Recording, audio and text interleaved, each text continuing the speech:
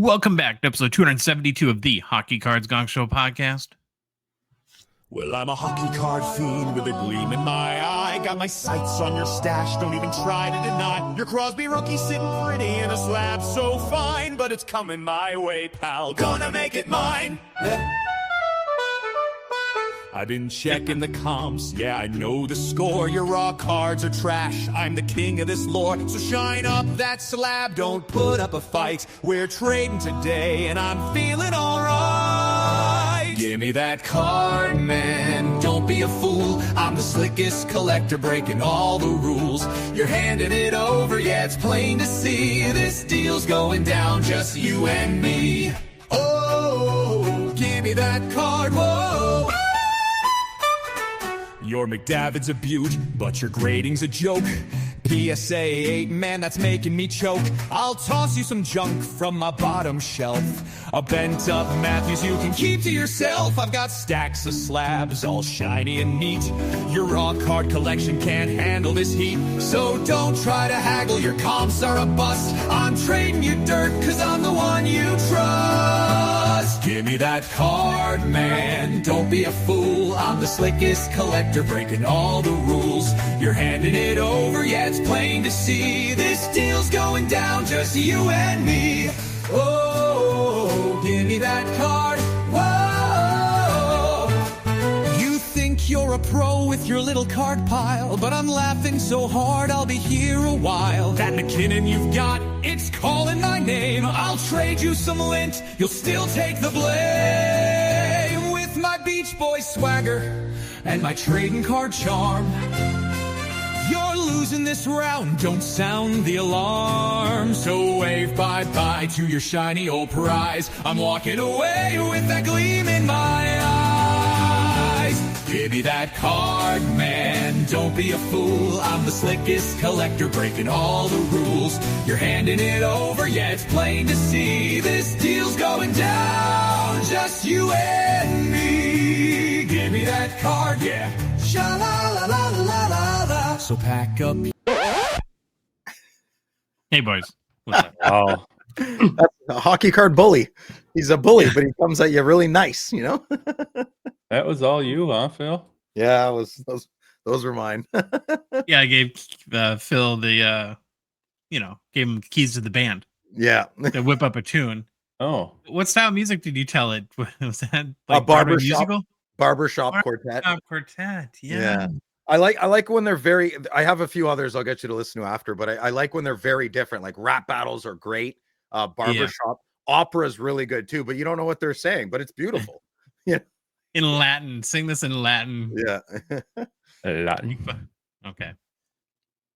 Well, it's been a busy weekend. Yeah, anything happen in your guys' world? Phil, you went to the card show today. Was it all Pokemon again? Yeah, so it was it was a lot of hockey cards, but it was half hockey cards, half TCG again. And now Ottawa has a separate TCG show. So Okay. it's good. It is what it is. I don't think I'll be setting up there anymore. That's it for me after today. And I only stayed like an hour, and I got some decent cards, and I had fun. But things change, things evolve, and onwards and upwards. We'll see what goes on from here. Louis, you watched the Minnesota State High School boys hockey tournament all weekend. Was Wouldn't it a miss good it. one? Where do you rank it?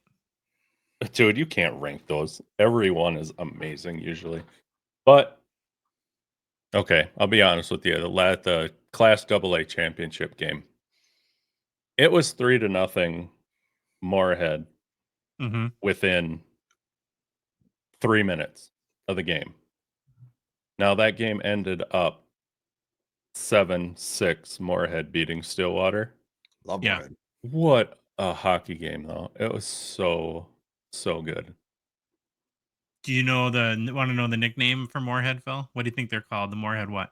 I could probably suggest a few. Yeah, probably shouldn't, but take all those thoughts and push those away, and then come up with something that won't get us in The trouble. thought police always gets me. Moorhead. I will give you my whole collection if you guess this, because you won't. I don't know. Steel drivers. No, Close. The Spuds. The Moorhead potatoes. I would Is have what- never gotten that. No. I love a good spud.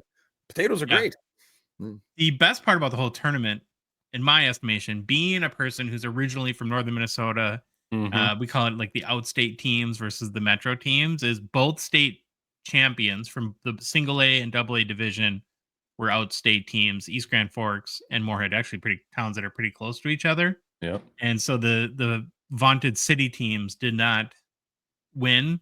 Although my Hibbing Blue Jackets in the single A division were the favorites, they didn't win either, though. They took fourth. But What's with the hairdos? Is that like tradition? It Yeah. was oh all yeah, over. oh yeah, every year they do that. And if anyone is not familiar, it's the probably the greatest high school tournament on earth.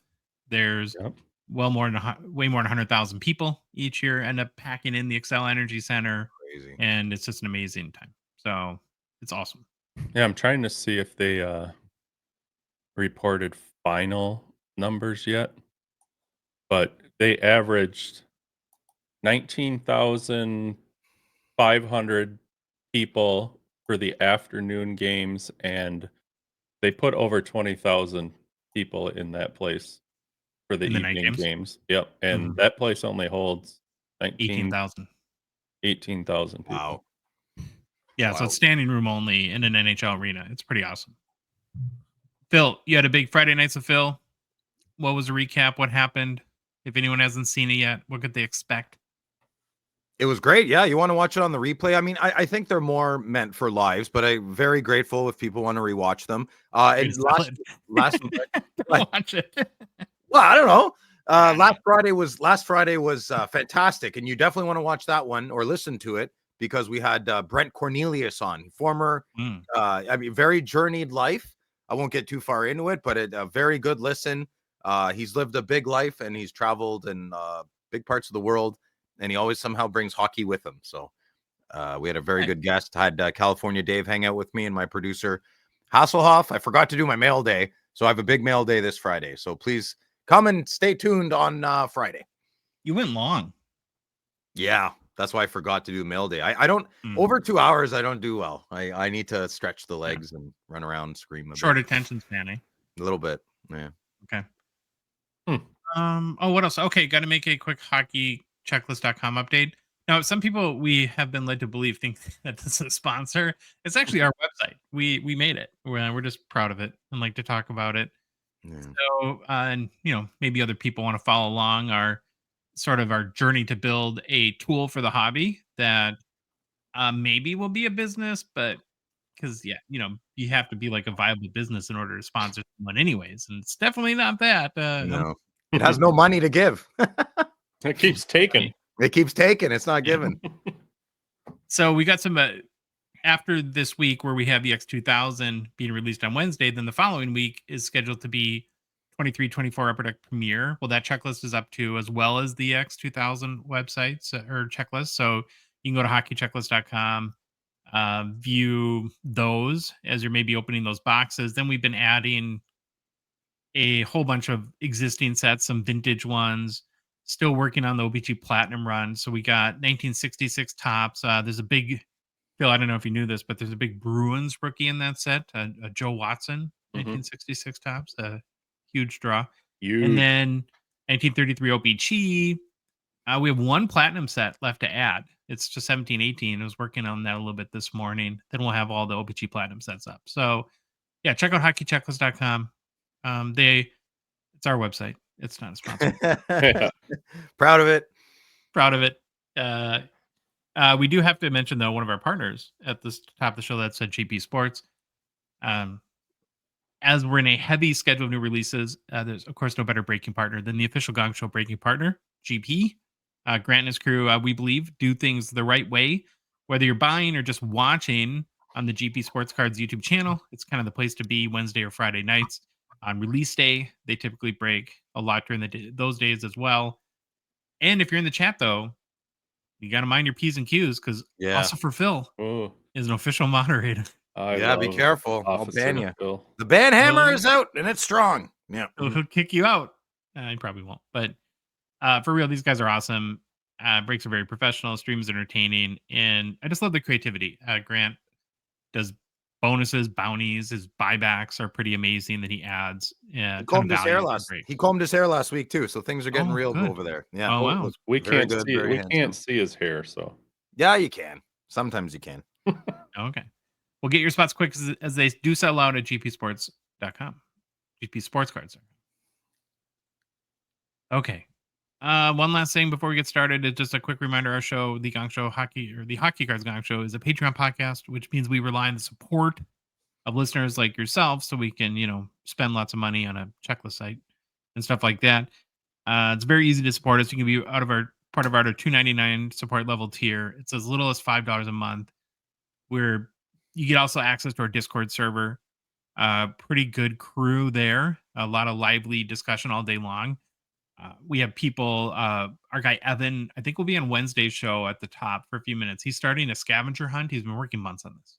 Oh, nice. And we're going to be, I think it starts next month, and we'll be giving a box of Black Diamond away to the winner to that. And he's going to kind of talk all about and just more of the stuff that we try to do within our Discord. But if you do like the show and you want to support us and help us, improve our production, that sort of stuff, it's very easy to do. Just go to our website, hockeycardsgongshow.com, click on the Become a Patron link at the top of the page, or you can go to the Patreon website directly, patreon.com, and just search for Hockey Cards Gong Show.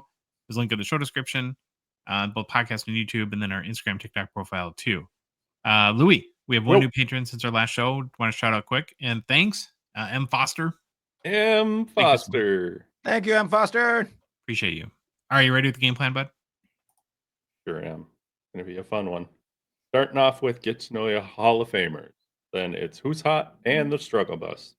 Then we're gonna move into some hobby news, and then it is the Minnesota Wild Hobby Mount Rushmore. Oh boy. Yeah. Then new product releases, the Gongshow Mailbag, and personal pickups. Parasol pickups? Parcel pickups. It says Parcel pickups. Parasol pickups. That's Parcel. All right. Get to know your Hall of Famer.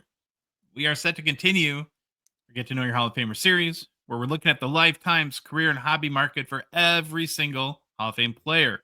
We start at the very first Hall of Fame class, 1945, and are working our way to present day. We're still in the class of 1958, and today's player that we're going to profile is Red Dutton. Red Dutton. Red Dutton? Is it what? Is that He's from on part of Yellowstone. the James Dutton, John Dutton family tree?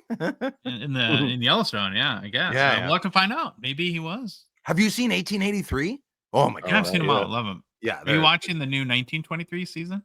I'm going to rewatch it, the one with Harrison Ford, which isn't, what's weird with the Harrison Ford thing? I thought that's Jacob Dutton. That's James's Dutton, Tim McGraw's brother. So he's not even introduced in 1883. Yeah, but then but Spencer Dutton is James. Oh, anyways, I can talk forever. Okay. Yes, I have, Josh. It's excellent. And I encourage the good listener to watch all of the Yellowstone family shows. Is Spencer Dutton Kevin Costner's dad? No, so Spencer Dutton is John Dutton the second's dad, and I believe Kevin Costner is John Dutton the third. That's what I believe is going on, because Jack Dutton came from Emma and John Dutton, John Dutton the first, which was the oldest son of James Dutton. Yeah, so they're all related. I think you're right, but I got lost really early. Sorry, Red Dutton. No. I think you did it perfect. I think it was just I'm like, whoa, that's a lot of Duttons. Norman Alexander Red Dutton lived from 1897 until 1987. Wow, almost 100 years old, 90 years old. Born in Russell, Manitoba, passed away in Calgary, Alberta. At 5'10", 180 pounds, he was a rugged defenseman known for his toughness. And in a career that spanned nearly 2 decades as both a player and executive, Dutton suited up for teams like the Calgary Tigers, in the Western Canada Hockey League, the Montreal Maroons in the NHL, and also the New York Americans. As a player, his career started in 1919 and ended in 1936. Now, Dutton primarily played defense, bringing a mix of physicality, leadership, and offensive skill to the blue line. Like many players of his era, World War I disrupted his hockey career. But in Dutton's case, it almost ended it before it even began. So he enlisted in the Canadian Expeditionary Force as a teenager and served in France during some of the war's most brutal battles. In 1917, he was badly wounded by shrapnel during the fighting at Vimy Ridge, one of Canada's most famous military victories. The injuries were severe enough that doctors told him he would never walk again, let alone play hockey. But Reddy, it wasn't the type, I guess, to accept defeat, and after months of rehab and relentless determination, proved them wrong, and returned to the ice, setting the stage for his hockey career. Now, after his playing days ended, Dutton became a major figure also off the ice. He served as the owner, coach, and general manager of the struggling New York Americans. When Frank Calder, the first NHL president, passed away in 1943, Dutton stepped in as the league's interim president until 1946. He later played a key role in hockey development in Western Canada, helping establish junior leagues that fed talent to the NHL. Okay, why should you care about Red Dutton? Dutton was a pioneer in hockey, both as a player and builder. On the ice, he was a hard-hitting defenseman who wasn't afraid to throw his weight around, but also had the skill to push the play offensively. He played 449 NHL games, put up 102 points, which was pretty solid for a defenseman of his era. He was a three-time NHL second-team All-Star in 1932, 33, and 34, and was known for his tough physical style, making life miserable for opposing forwards.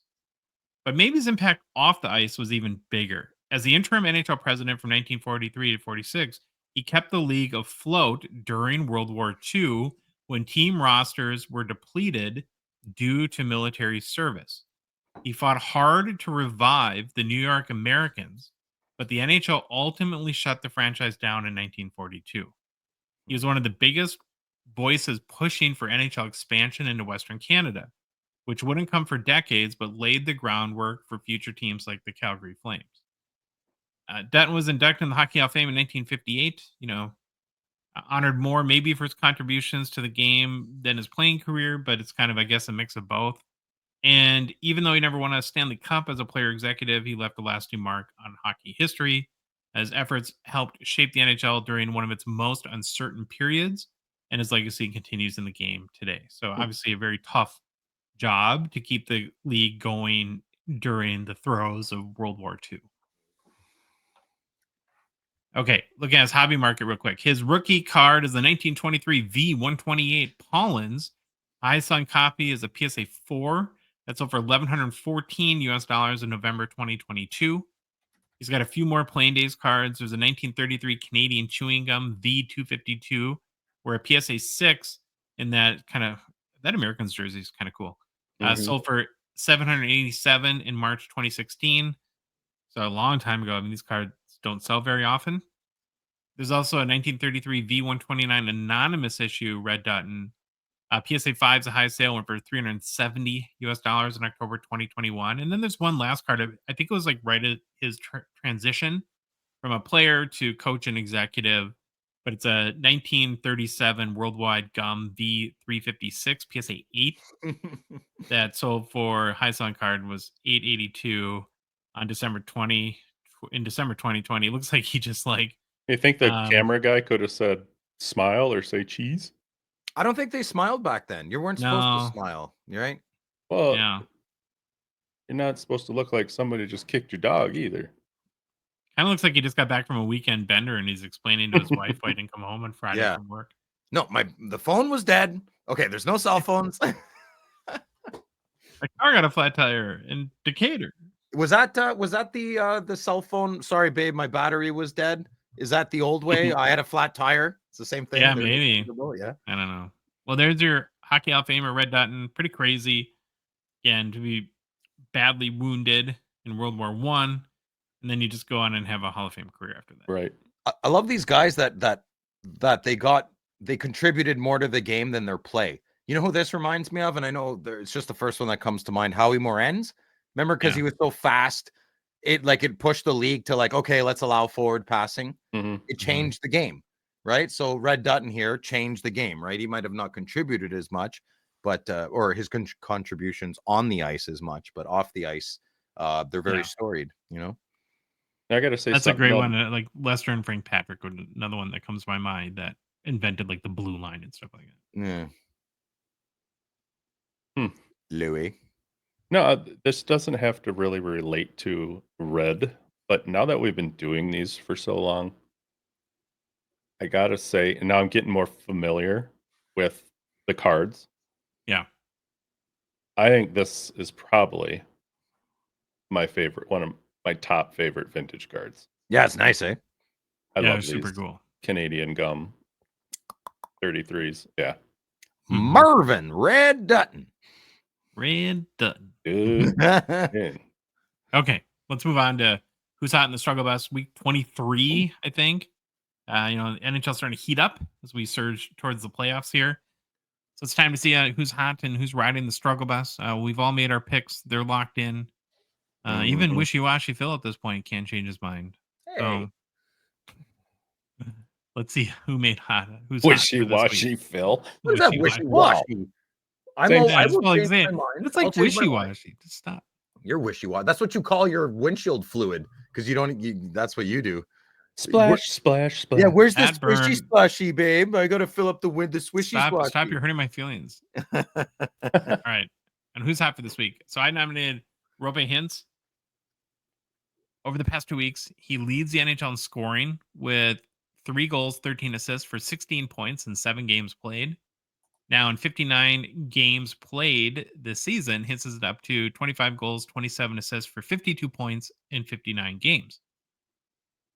So if he can get to 30 goals by the end of the year, and he's certainly on pace to do that, it would be the 4th straight 30-goal season for the 28-year-old Dallas forward. Check this out, though. His 52 points in 59 games is just the 6th most on the Stars roster this season. And so this includes like guys they picked up at the trade deadline, like Rantanen and Granlund. But they have 6 players, Phil and Louis, with more than 50 points already. Yeah, it's nuts. That's crazy. It's almost like if they added a big score at the end of the year, it would be like crazier. We're so done. It's like, give it to Florida, give it to Dallas. Let's just get in this year. His 25 goals is tied with Matt Duchene for 3rd most on the team. And, he's a guy where Hintz, I'm getting back to, it's a little lost, I think, from the hobby perspective, because we talked about it for years now. But you're lucky if you have one hobby star on a team. In a rare occasion, you get 2-ish, like a Leon Draisaitl. But when you're on a team with Ottinger and Jason Robertson, and you got young rookies that people are excited about, Wyatt Johnston, and used to have Stankoven, etc. Ince he's kind of like one of those PC guys, doesn't have like a huge hobby following, but a really, really good player, though. Also, too. I mean, when you have a guy on your team that doesn't get a lot of hobby love, but pumps in 30 goals a year, that's not bad. Like the Mikko Rantanen of the league? Yeah, I don't think I wouldn't say he's as good as Rantanen, but he's like one step below that, probably. Yeah. Okay, Hintz is a 2018 Young Guns, PSA 10 pop, 852, 78% gem rate, last sold for $49 on March 8th, up 35% in the past 2 weeks, up 61% in the past 3 months. The 52-week high is 70 US, so we're a little bit above average, I guess, at 50 right now. 52-week low is 16. Wow. Somebody got it for $16 in the last. Is he? Wow. He's first line top center, eh? I think, or is Matt Duchene their first line top center? I don't know. I mean, I'm not sure. Eh? Well, I'm sure their lines have gotten switched around a little bit in the last few days with bringing on Granlund and Rantanen, but let's look. The when Wyatt Johnston's your 3rd line center, you're doing all right. I know he's younger and he's learning, but it's not too shabby, Rantanen, I would assume, would be on the line with Rupe here. Hintz. Hey, I guess so. Hintz must be hurt because right now he's a game time decision. But you got Robertson, Hintz, and Rantanen, and then Marchment, Duchene, and Granlund. And then down to Ben, Wyatt Johnson, and Dandanov. Robertson, Hintz, and Rantanen is a really good line. Holy that's scary. I'm glad they're in the West. I'll say that. Wow.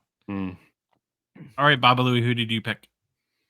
I picked Mr. Jake Gensel from your Tampa Bay Lightning.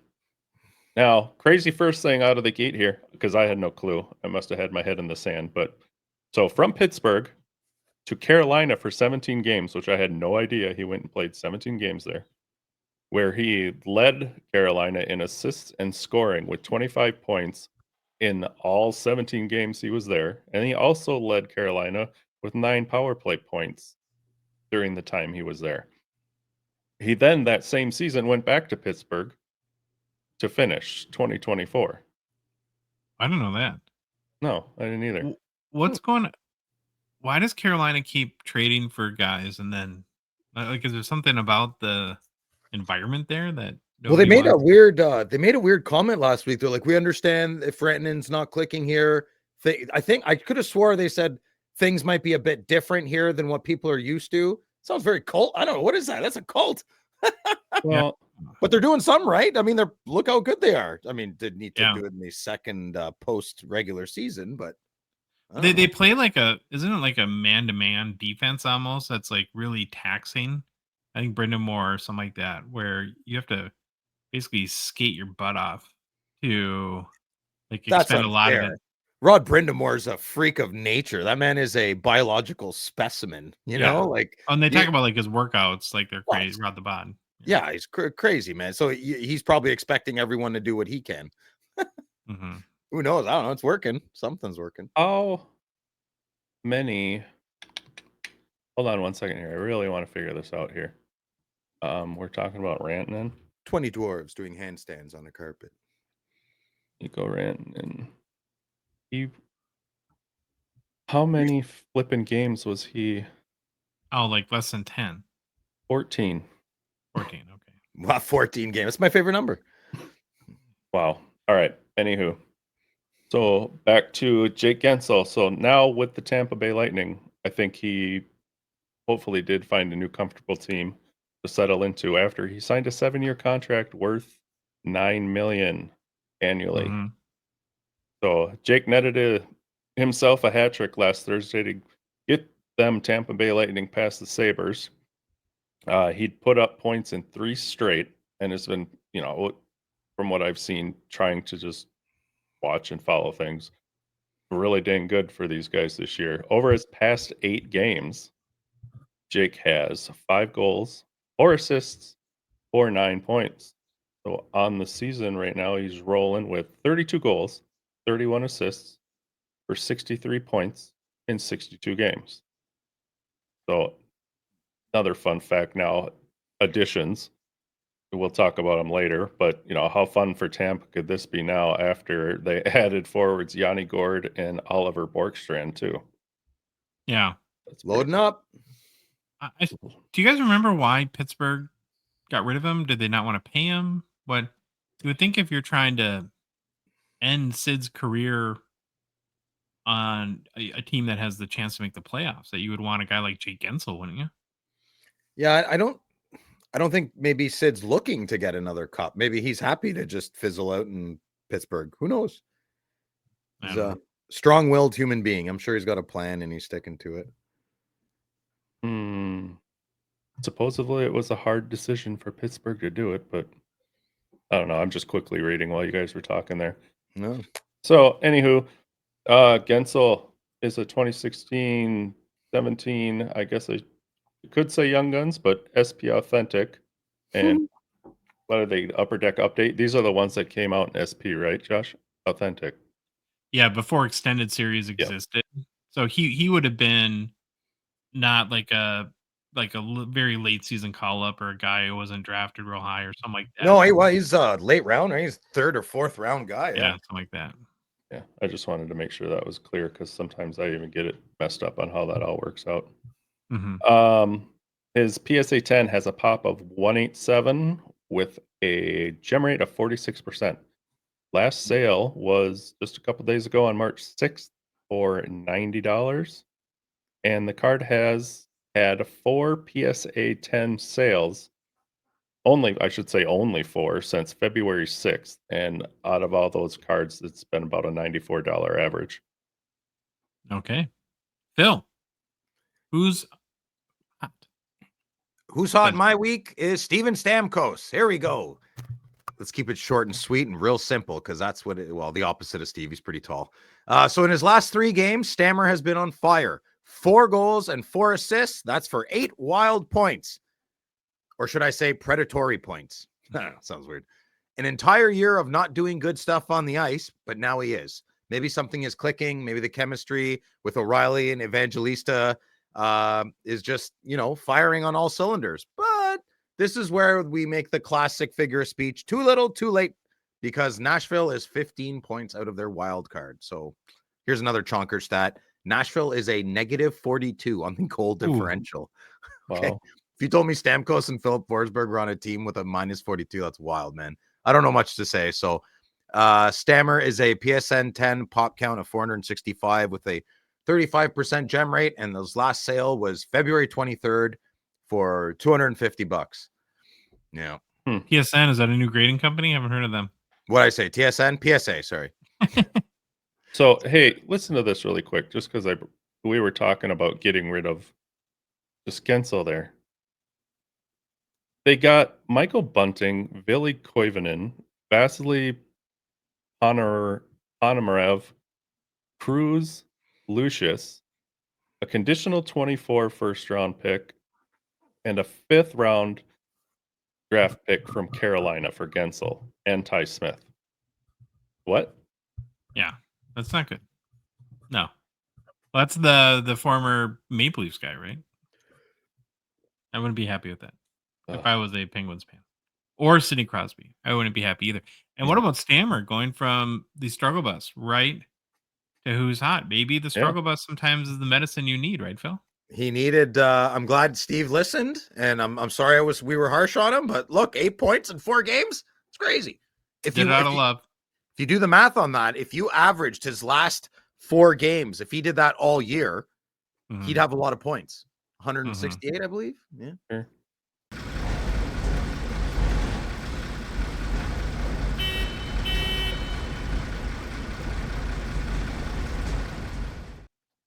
Well, speaking of the struggle bus, 65. there she blows. Mm-hmm. And right away, we have Andrei Svechnikov, who in the past 2 weeks, the 24-year-old Carolina, speaking of Carolina again, forward, has 1 point in 6 games played. His 1 point is an assist, also -2 over that span. Svech now has 18 goals, 25 assists for 43 points in 62 games on the season. Not horrible, but I would say not great either. And really, ever since his 30-goal season when he was just 21, got everyone excited. In the 21-22 season, he's failed not just to build off that, but to even stay at that level. Now, we know part of it's been injuries. Maybe his development has stalled a little bit. But he went from 30 goals to 23 goals in 2022-23 to 19 goals last season. And he's pacing for the low, probably the 23 goals or something like that this year. Yeah, I thought this guy was supposed to be creme de la creme, and now he's just like superstar. Trending wrong here, big time. And the reasons are somewhat obvious, but he tore his ACL, and that sent him back for sure. That can take a long time, not just to get back to the ice, but to get back to feeling like yourself. And and then he's been inconsistent too. So you just alluded, Louis, to that sort of superstar ceiling that people were putting him under. And I don't know, maybe it's lowered I don't know many superstars that score less than 20 goals. So, yeah. Were you a Svechnikov guy, Phil, at all, or no? No, he drives me nuts because he's a same rookie year and same series too as Brady Tkachuk. So every box I get a stupid Svechnikov. I just want a Tkachuk. He's always in my way. I'm sure he's a good guy and he's talented. He'll be okay. He'll be all right. Andrei Svechnikov is a 2018-19 Young Guns, like Phil just mentioned. PSA 10 pop 1,255. Probably Phil has them all. With a 70% gem rate, last over $59 US. Down 15% in the past 3 months. Down 20% in the past year. 52-week high is just under $199 US. 52-week low, $28 US. So, first guy on the struggle bus, Andrei Svechnikov. All right, Baba Louie. Oof. Next guy we run into, Elias Pettersson. So over his last 6 games, he's had 2 points, 1 goal, and 1 assist. And yes, if there was a long season struggle bus, I think Pettersson would be a good candidate to be on it. He'd wear the crown. Yeah, probably. So yeah, in 56 games, he just has 12 goals and 24 assists for 36 points. Not many NHL superstars, shouldn't be able. They pretty much should be able to put in 20 goals in a season. I'd agree. So, and since he didn't go anywhere at the deadline, I'm assuming he'll just be in Vancouver through the end of the season at least. Maybe. Who knows? Oh, imagine going to work every day in that environment. Ugh. Yeah. Crazier They things should have happening. traded him. Big mistake, I think. I would have gotten rid of him. It's crazy. But what's I think, okay, so why is he struggling so bad? A couple reasons. His shot attempts have decreased. In 22-23, he averaged nearly 6 shot attempts per game. But this season, that number dropped to just under 4. And, a decline like that would indicate tentativeness in his play, stemming maybe from diminished confidence in his shooting abilities. Who knows? Maybe he's getting read the riot act and he's not handling it well, because he was the quiet one out of the two that were squabbing. So I had a quiet Swede on my team, but Daniel Alfredson, but he was the strong, silent type, right? Like led with action. And I think we got the opposite thing going on here. He's not. I think Pettersson's quiet, and he's not a very responsive person, maybe to constructive criticism. Yeah, that's a good way of putting it, Louis. Yeah, and maybe he's sensitive too. Mm-hmm. Just doesn't take any criticism well. Sure. Yeah. And Rick Tocchet said that Pettersson appears hesitant and suggested he probably needs to seize shooting opportunities more assertively. A lot of guys need to just start firing the puck more, and instead of that one extra dish, just start ripping on the net. So following his 8-year $92.8 million contract extension he signed in March of 2024, expectations for the kid soared, and he acknowledged the pressure, stating, "I haven't played to the expectations I have on myself or the franchise has on me." So while he views pressure as a sign of care and commitment, it can also be a source of stress impacting his performance. And what if your team gave him $100 million a year ago, Phil? How do you feel right now? Yeah, I wouldn't have been. Listen, I still believe in Elias Pettersson. I just don't want his issues coming, like his lack of production issues coming. I'm very happy where my team's at. I wish him nothing but the best. You guys seen his girlfriend? I probably wouldn't be too focused on hockey either as well. So I would go single. I would break my bed frame. I would put my mattress on the floor, get a small screen TV, and eat, sleep, drink hockey only. No girls, no She's hobbies. a smoke show, you're saying? Yeah, she's a tenor. Yeah. Yeah. Well, Mr. Pettersson is an 18-19 Young Guns with a PSA 10 pop of 2,794 and a holy 75% gem rate. My God. What? That's crazy. He's Series 1 too. Jerk. Last card sold for $91 US on March 6th. It's up 13% in the past 2 weeks, but down 32% overall in the last 6 months. 52-week high for his card. Oh my God. 52-week high is 220 US. Yeah. And the low, $27. That's terrible. We may never see again like a percentage drop like that between the high and low. It's like literally 10% almost of its high. What if JT Miller wasn't wrong? What if in 2 years he's like told everybody, nobody, that's just proof. Everybody, he can be right, but it's his delivery is jerky, right? So in a weird way, like Miller's still wrong, but he doesn't seem to be. I saw him play against Ottawa yesterday or 2 days ago. He's a gamer, man. JT Miller's out there to play, and he plays hard every shift. Right. Yeah. All right, Philly. One spot left on the struggle bus. Yeah, I went. You put on there. Yeah, I'm sorry, Buffalo fans. I'm sorry, Troy Jr. Bear. I had to pick Owen Power. I mean, so I apologize for picking on Buffalo a little bit. Owen Power, yikes! I don't know what's going on.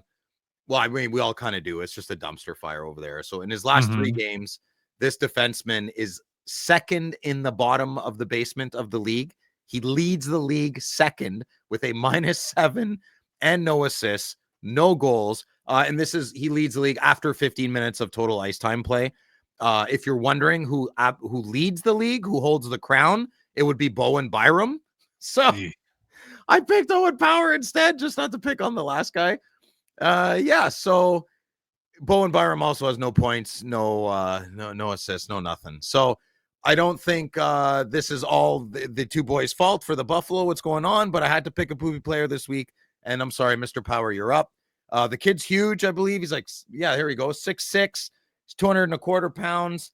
Good Canadian boy. He's first overall pick in the first round a few years ago.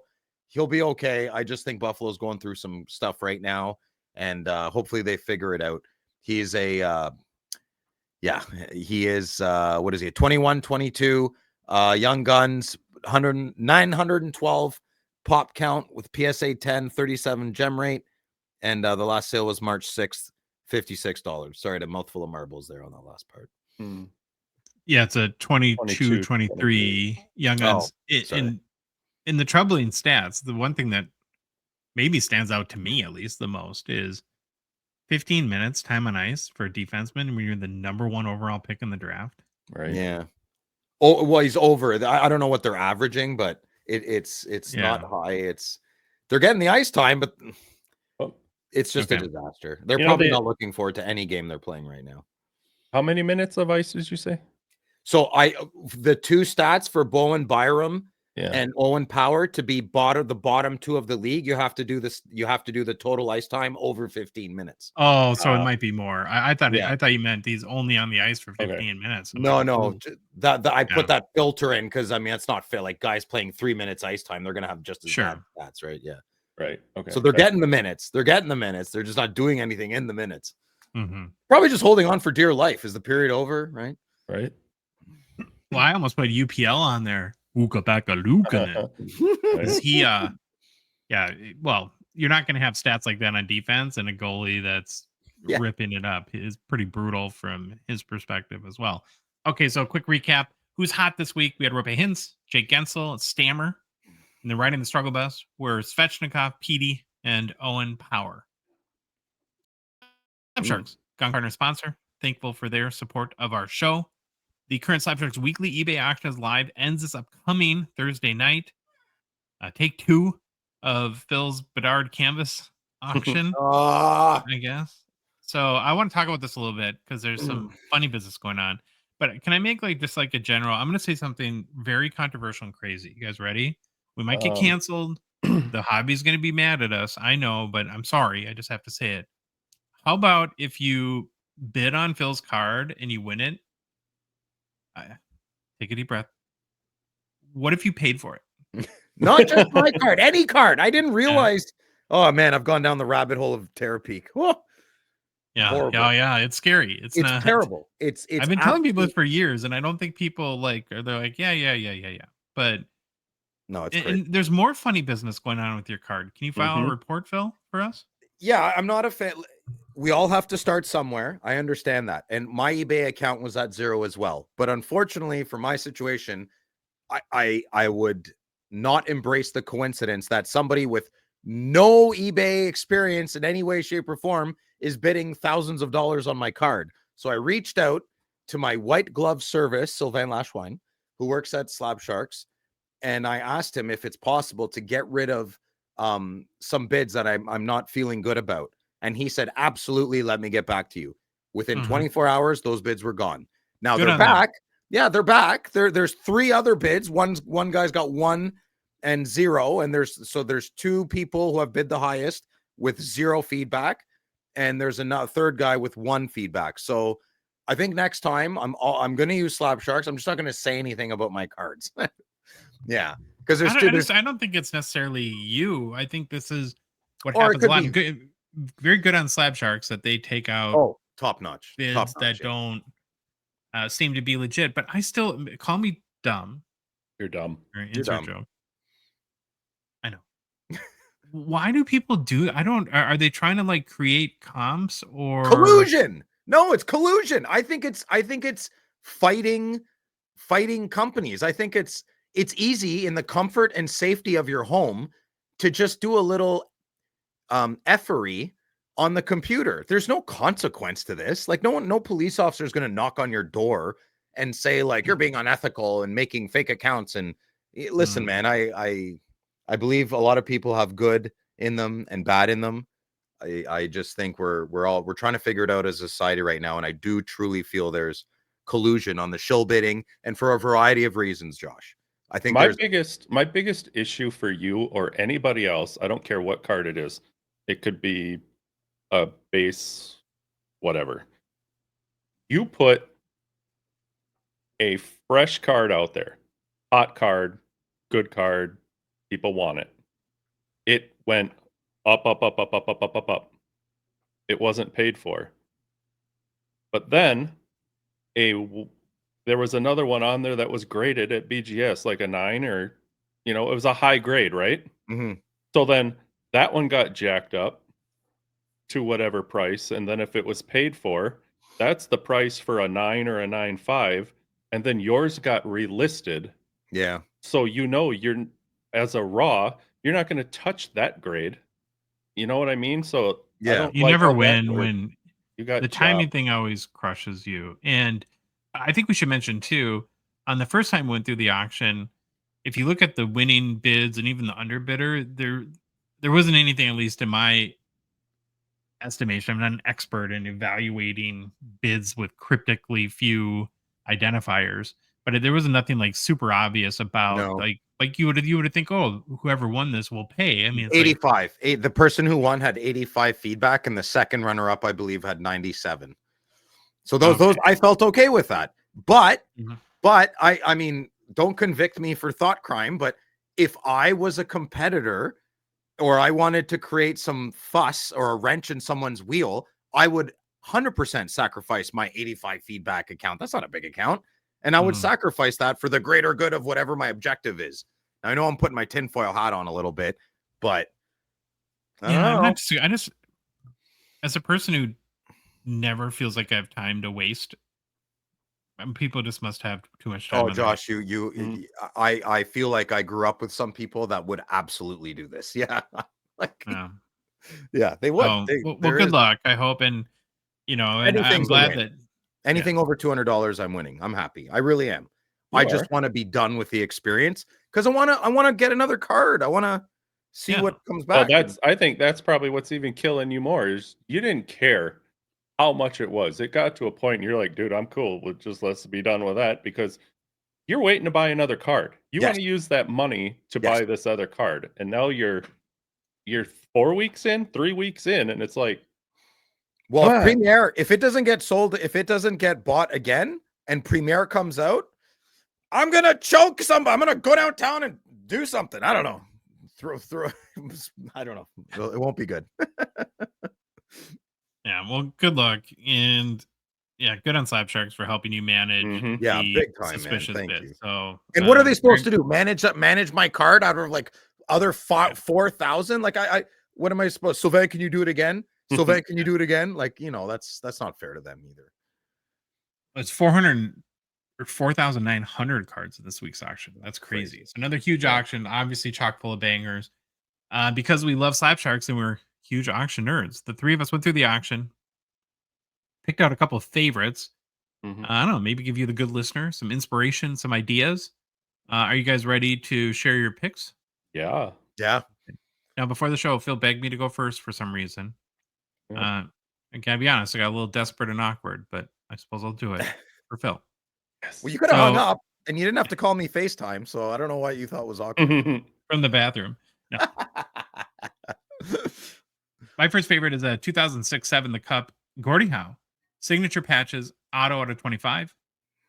I like the card. I like the black and white picture of Howe. And I don't know if I have much more to say or even need to say anything more than a Gordie Howe game used patch hard signed auto card. They ain't making any more of these, folks. So you don't have to worry about the 9,000th Ovechkin or McDavid or Bedard parallel that's coming out next year. This is a limited, it's not happening going forward. So I think any card like this is very special because of that. Great card. And then my second pick is a 2015 Series 1 Hunter Hellebuck Young Guns exclusives out of 100, BGS 9.5. Maybe the best goalie in the NHL. I really like the badging, the high gloss and exclusives for 2015 too. Louis, which ones do you pick? Hey, hold on 1 second. I want to try to do something here quick. This kind of blew my mind when you told me there was 4,868 cards on this auction, and 3282. It's insane. Of those 4,868 cards, 3,282 of them are hockey cards. That's awesome. I love it. That's why That's I amazing. like this. Good That's what stuff. I like here. Welcome to Canada, baby. That's how Yeah. we do it up here. Good old Welcome North. into Canada. Yeah. Okay. What are your two favorites, Babalu? Well, my first one I picked is all. Look at it. Look Just at all these doesn't stop. entrepreneurs. He's going to break the record. I should sell my card soon. Right. That's what I'm saying. What there? 1, 2, 3, 4, 5, 6, 7, 8, 9, 10, 10, 11. OV, 05 Young Guns on there. 5, 6, 7, 8, 9, Jeez. 11, 12. So Yeah. I just thought that was crazy when I was flipping. Some raw through dogs there. on there for you, Phil. You should pick Yeah. up those raw Obies. Num nums? Where? What'd you say? Did you say num nums? Num-nums. Some raw Obies. Oh, raw ovies. I don't know where I got num nums from. I'm kind of hungry, Oh. I think. Good Lord. I'm going to move right on here. Yeah, okay. So my first pick, 2016-17 Fleer Ooh. Ultra Showcase. It's a 92-93 card buyback. Auto out of 25, Mario Lemieux. So sick. Yeah. Yeah. Is this serial number in the database, do you think? No, guaranteed it's not. Until I get there and clean things up. Like your what is it? I should get in there. You should hire me. Come on, Did Billy. you see Billy's face when you pitched that to him? He didn't look impressed. No. No, I think he didn't know if he was dreaming or if he should pinch himself, or he was like, I would be willing to bet his least favorite thing, the words people say, Billy, I have an idea for you. Well, then just hire me and I'll stop giving you ideas. I really want this card, Louis. I know. I really want it too. It's And I'll pretty never awesome. I'll never forget this card too, because it's the one I always look at, wondering if they turn the flipping lights on in the igloo or before warm-ups or whatever they're doing. Oh, yeah, That's such a massive shadow on him in this card. So that's a separate card, right? That's not in the one touch. That's This one, this one over here is just that separate card with this sticker. Yeah, So you're gonna find maybe a sticker half, about this big, on the back of this one. Okay. With the matching serial number. Yep. Yeah, but sometimes that second card isn't around either. Sometimes it's not. Yeah, No. sometimes you get it, sometimes you don't. I have one that came with one of my Madonnas, but Okay. Humble brag. We Number need a 2. recertification program. Okay. You lead it up, buddy. Is it my turn? I'm trying to, but I got Oh. still got one more. I just wanted to throw those. Oh, you Obies did in 3. right Yeah, away. you pulled the Yeah, fill. I did. Ah, that's okay. That's good. Okay. Yeah. Because I've been on this Sign of the Times kick. I saw this in there and I was Beauty. like, ooh, that's sweet. Wish it wasn't graded. Then it'd probably be more affordable. But it's a 2019 Upper Deck SP Authentic Sidney Crosby Sign of the Times. BGS 9, Auto 10. Mm-hmm. Just like them. Look how big that auto is. It's I know. huge, yeah. Oh, sweet. So now I'll let you go, Phil. Yay. Okay, I'm excited for this one. Yeah, everybody get comfortable. Yeah, get comfy. Okay. So look at this. Okay, so what you're listening to, good listener. What is this? I'm going to tell you what it is. So Okay. what you're listening to is a 2010 Upper Deck SPX. It doesn't matter. So it's an SPX Wayne Gretzky Shadow Box Signature Auto. So we all know what Wayne Gretzky's autograph looks like, and we all know what he looks like. He's wearing a blue uni. But other than this being a hockey card of the greatest player of all time, Wayne Gretzky, there are some other things going on this hockey card. And by other things, I mean just one, but it's a big one. So this is an origin story for Wayne. Ooh. One that you may not think of, but here, I'll help you, good listener. This is the beginnings of Wayne's classic Los Angeles tighter controlled mullet. Okay? Now, we don't see a mullet here because it's an origin story. So looks like Wayne got this haircut in mid-1988 before he got traded at his trade presser. Because if you look at his trade presser, you can see kind of the middle of what I like to call his Generation 3 bleach blonde Wayne Gretzky mullet. So I'll go through Wayne's generational hairdos here as follows, and they're in order. All right, so take notes. Late 70s, early 80s. So we have Generation 1, long flowing locks. Gretzky had a long, unruly shoulder-length hair. This shaggy, almost rock star hairstyle was described as flowing locks like Sir Lancelot. Generation 2, we had slicked back. Describe me. Who said that? Were you attributing that quote to? A collector. So then Generation 2 had slicked back classic Wayne Gretzky. This went up to the mid-80s. After the long-haired phase of late 70s, early 80s, Gretzky adopted a shorter, slicked back style that exuded sophistication and confidence, often neatly combed with a side part. Generation 3, which is what we have here, which is very short-lived, bleach blonde mullet. So upon moving to Los Angeles in 1988, Gretzky embraced his quintessential mullet, short in the front, long in the back, with a bleach blonde twist. Generation 4, we're almost done. The shortened, tamed mullet, mid-90s. As the mullet trend waned, Gretzky's hair evolved into a shorter, more refined version. Now, you would think that's what this is, but it's not. It's still a little different. So the blonde faded more naturally to the light. It doesn't matter. He was maturing. He was maturing. 2 hairstyles left. Now the short conservative cut from the late 90s and up until retirement. It was a simple no fuss style to have a more understated mature appearance. Comes with the rite of passage of getting older. And then post-retirement to now, Gretzky's hair just became darker and fuller, and he just kind of waves it out, and it's just what Wayne looks like now. So we have 6 hairstyles of Wayne. I'm sorry I didn't provide pictures, but I want to use that for a video I want to do in the future, so I didn't want to give them. Yeah. Oh, what's your favorite then? Jeez. My favorite would probably be Generation 2 and 3. Yeah, this one and the one before where he's got the tamed mullet. That's my favorite.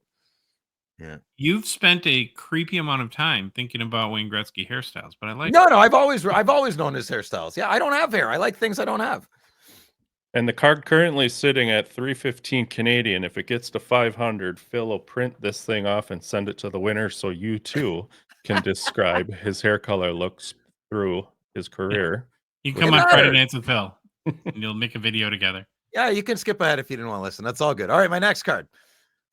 Oh, so in the chapters, I need to put Phil's long description on his Lab Sharks card. You just put Phil at the beginning and Phil open, Phil close. Yeah. All right, my next card. Ooh. I'm a big fan of pretty much all Cup Gold Spectrum cards, and that's what we're looking at here. It's a 2008 The Cup Henrik Lundqvist Gold Auto, game worn. So any Cup card with a patch in it. I mean, I always double check the back, but it should be game used, and this one is.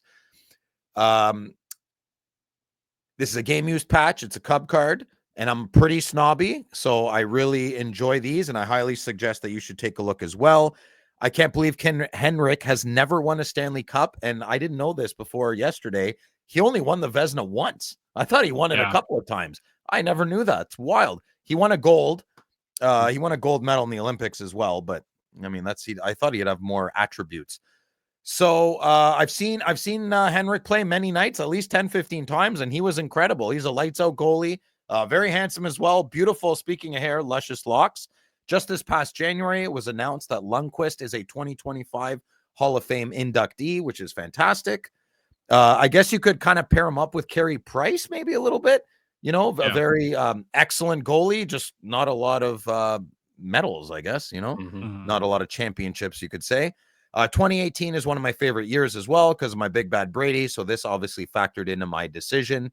And I love the design because I feel it has that old school Cup vibe to it from 10 years ago. And it's pretty cheap. Current bid is $124. So, nice. You just said 2018 and Brady. Yeah.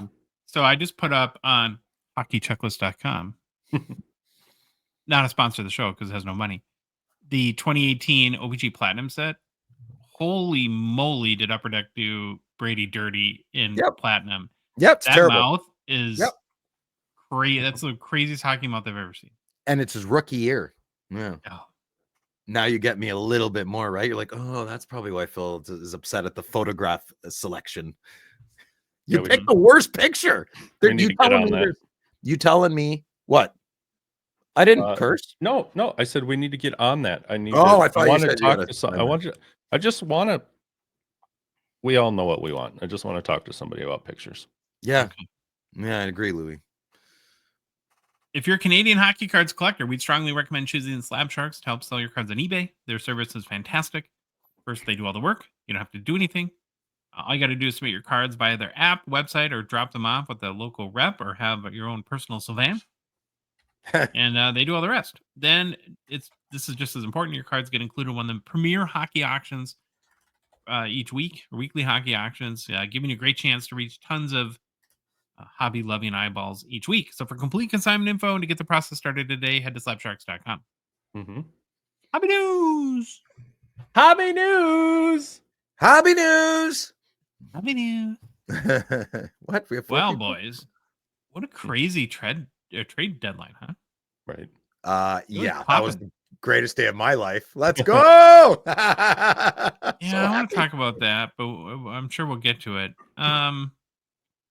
So, Louis, you kind of did all the work. I'll kind of let you lead the way, and we'll just have some where we want to discuss. We'll discuss, but you'll just roll through the trades. Yep, I'll roll through the trades here. I tried to pick out big ones and teams that we know at least something about, and they are in order of when the trade actually took place. So if you are into that kind of thing. So the first one was on March 1st, where the Nashville Predators received a 26 second round pick from the Wild, who obtained Gustav Nyquist, and he looked awesome the other night. Yeah. You guys happy with that? Yeah, we needed another center. Yeah. They don't grow on trees. They don't grow on trees. A good center is very important. Oh, well, I'm okay. I'll take that one. Oh, yeah. Then we'll skip ahead to March 5th. The Tampa Bay Lightning received Oliver Borkstrand, Yanni Gourde, and a 26 fifth-round pick. Seattle, in turn, got Michael Eyssimont, and a boatload of picks, 25, 26, 27. They got a second round, first round. I don't know. I think Tampa Bay won this one. Yeah, Seattle just threw in the towel. Mm-hmm. Yeah, we're done. Done. They're done. Same day, March 5th, trade between Florida and San Jose. Florida took Vitek Vanacek, and Patrick Gillies went over to San Jose. Greer isn't messing around in San Jose. He's got a plan and he's sticking to it. Or Giles. Gillies. Sorry, Giles. Patrick. No, I know. Kurt Giles. Wait, Kurt Giles got traded. So, Florida needed a goalie since Knight went to Chicago. I suppose this paves the way in San Jose to really give the job to Askarov too. Then, right? You'd think so, yeah. Yeah. He must be doing good in the minors then. I guess. And later in the day at like 7:16 p.m. on March 5th, the San Jose Sharks received Vincent Desjarnais from Pittsburgh, who received a 2028 fifth-round pick. These are the trades I really want to talk about. Let's go to the big ones. How about this one? Yeah! March 7th at 11:15 a.m., the Ottawa Senators receive from Buffalo Dylan Cousins, Dennis Gilbert, and a 26 second-round pick. Ottawa then sends Jacob Bernard Docker and Phil's favorite Josh Norris to the Sabres. Later, Joshy Boo! Even though I do feel a little bit bad. Very pumped, which it's cute and I love it. It's fun to see you this excited. So excited. What? That's Well, it. he's not Wayne Gretzky, Phil. I mean, Yeah, it doesn't matter, dude. I've been trapped in this. My son is such a diehard Sens fan. He doesn't even know like he's never seen playoffs. He doesn't even understand it. Yeah. I need this. This is so deep. We need this as my family. And the city needs this. The city needs. I mean, I care about that second. But so you think Cousins is really going to make oh that my big God. of an impact? Yes. Yeah, there is no in 1 year from now. Now, I could be totally wrong, and that's fine. It doesn't matter. But IMO, Dylan Cousins is going to change everything for my team. Him and same with he's just going to change a 5-on-5 play. That's the big part here. I don't want Brady Tkachuk's best friend on my hockey team. I don't. I want good friends and I want soldiers, brothers in arms. I know it's silly and deep, but that's what the playoffs are. It's a grind. It's a war. And that's who you want to go to battle with. You know, Dylan Cousins is the best way I can put it is Josh Norris reminds me of a teenager and Dylan Cousins reminds me of a man.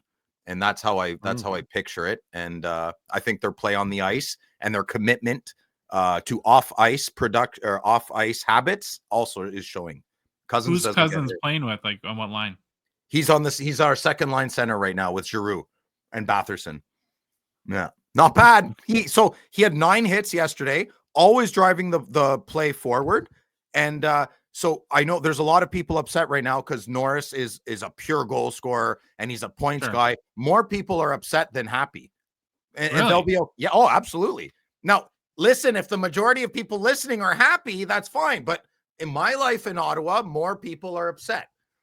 So, and it'll be okay. It'll be people were upset we drafted Brady Tkachuk. How did that work out? Yeah, it's great. Hey, Phil, unless it changed. Yeah. And I'm not questioning you or if these guys are even right. So they got on the first line, Brady, Stützle, and Giroux. And then they got Perron, Cousins, and Batherson together. Yeah, Perron just got back. Okay. Yeah, so it's changing all the time. But Stützle's on that first line. Brady's very interchangeable.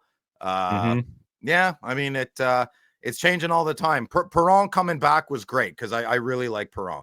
Giroux's usually probably going to be on that second line sometimes as well. I thought maybe this really lets Pinto do his third line thing too with Ridley, Gregg, and Amadio.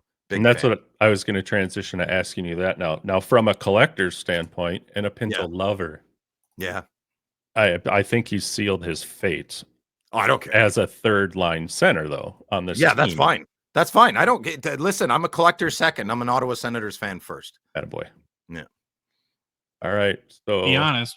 Wait. Be honest. How many Dylan Cousins cards have you bought in last? No, I'm not buying it. I'll pick some. Maybe. Yeah. Stop. You haven't bought any? Not one. No, nothing.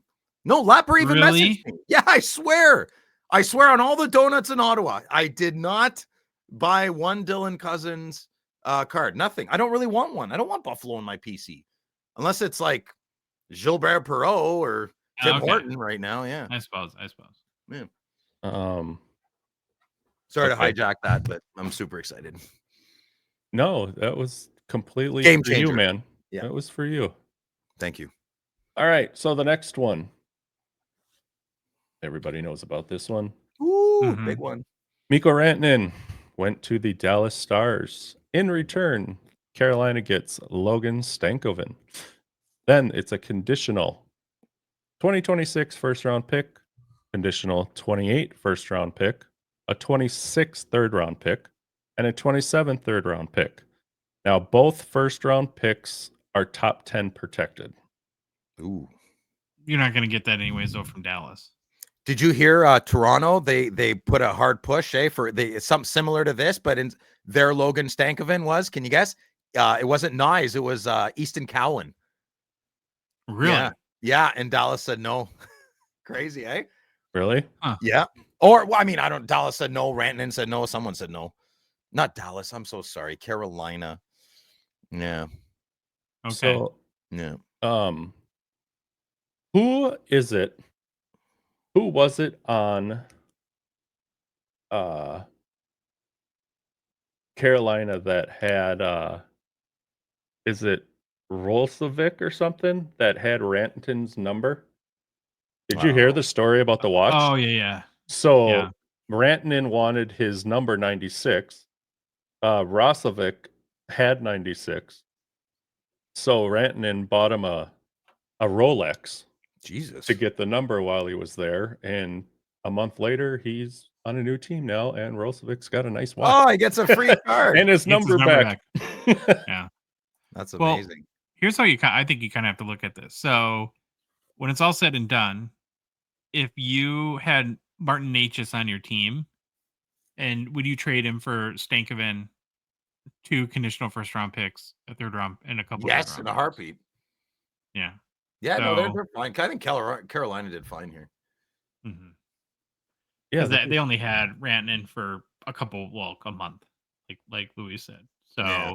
Yep. and now though Dallas got Granlund too, so this is where they have the Mhm. 6 50-point scorers. Is Dallas the team to beat in your mind now? I Well, don't know, man. There's a lot of teams that I got to beat in my mind now. Colorado's scary, Florida's scary. Lots going on. I don't know. I just want my team to make playoffs and have some good hockey. Do you think Edmonton did enough to No. get? No. Yeah. It's funny how you get, as following a team, you get into 2 different perspectives. Now you're sitting there saying, I just want my team to get in the damn playoffs. Yeah. Josh and I are probably like, Minnesota, please get past the first frickin' round. That's all we want. Move up a little bit. It was another frustrating. I know Bill Guerin is so beloved by everybody. I get it, but he makes constant excuses when it comes to the Wild. So he's asked about, well, why didn't we do more? Because we don't have any money. Again, referencing the buyouts of Parise and Suter that he did. He didn't sign them to contracts, but he bought them out, and he's done nothing but complain about that. Yep. And then I'm like, well, how can a team with that's so mediocre have no money when how is Dallas adding Mikko Rantanen and they have Yeah, it's crazy, man. it's like, get creative. Yeah. Do something. I am so sick of and I already know what's going to happen. See, you're excited and I'm depressed about is that we're now Parise and Suter come off the books and Guerin's going to try to re-sign players, and then we're going to have no money because we had to re-sign our current players to contract. Guaranteed. Right. It's just never changed. I'm getting sour on Bill Guerin. Salary cap's going up though, but you have no money, so yeah, right. We'll find a way. Whatever.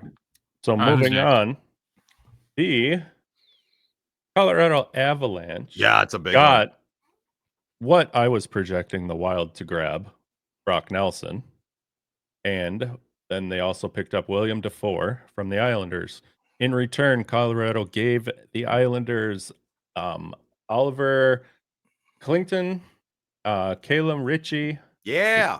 They got a 26 first-round pick and a conditional 28 third-round pick. I think part of our sticking point, I'm not going to defend Guerin, but our problem is I'm sure the Islanders wanted some sort of first-round pick. I don't know if I know we don't have one next year. I don't know if we have one the next year. We've already given them all away for the next couple of years, maybe. I know next year for sure we don't have anything to dish out. Yeah. So that could have hurt there, but that's a lot of picks, man. That's I mean, Brock Nelson's he's a pretty prominent 30-goal scorer every year. Right. And I don't know. I like Calum Ritchie. I mean, I know he didn't have the best World Juniors this year, but I don't know. And a first round pick and and Brock Nelson's a UFA, man. He's unrestricted. Right. So the smart thing for Brock to do would have been, now maybe with Colorado, is to, play this season out. I was thinking anywhere he goes, he's already 33. Wherever you land now, buddy, find a contract that keeps you there and play the rest of your career. Be done. Yeah, his next contracts is that's the one. Right? Well, he looks like he's 140.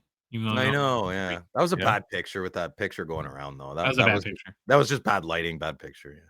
So it feels like both Dallas and Colorado kind of went all in, right? I mean, they pushed all their chips to and then now they're got to wait for the flop and see what happens. But it's kind of fun. I really hope they meet each other in the playoffs. I'd love to see that. Yeah. I'd say Seattle kind of did a wholesale too with Borgstrand and Gord.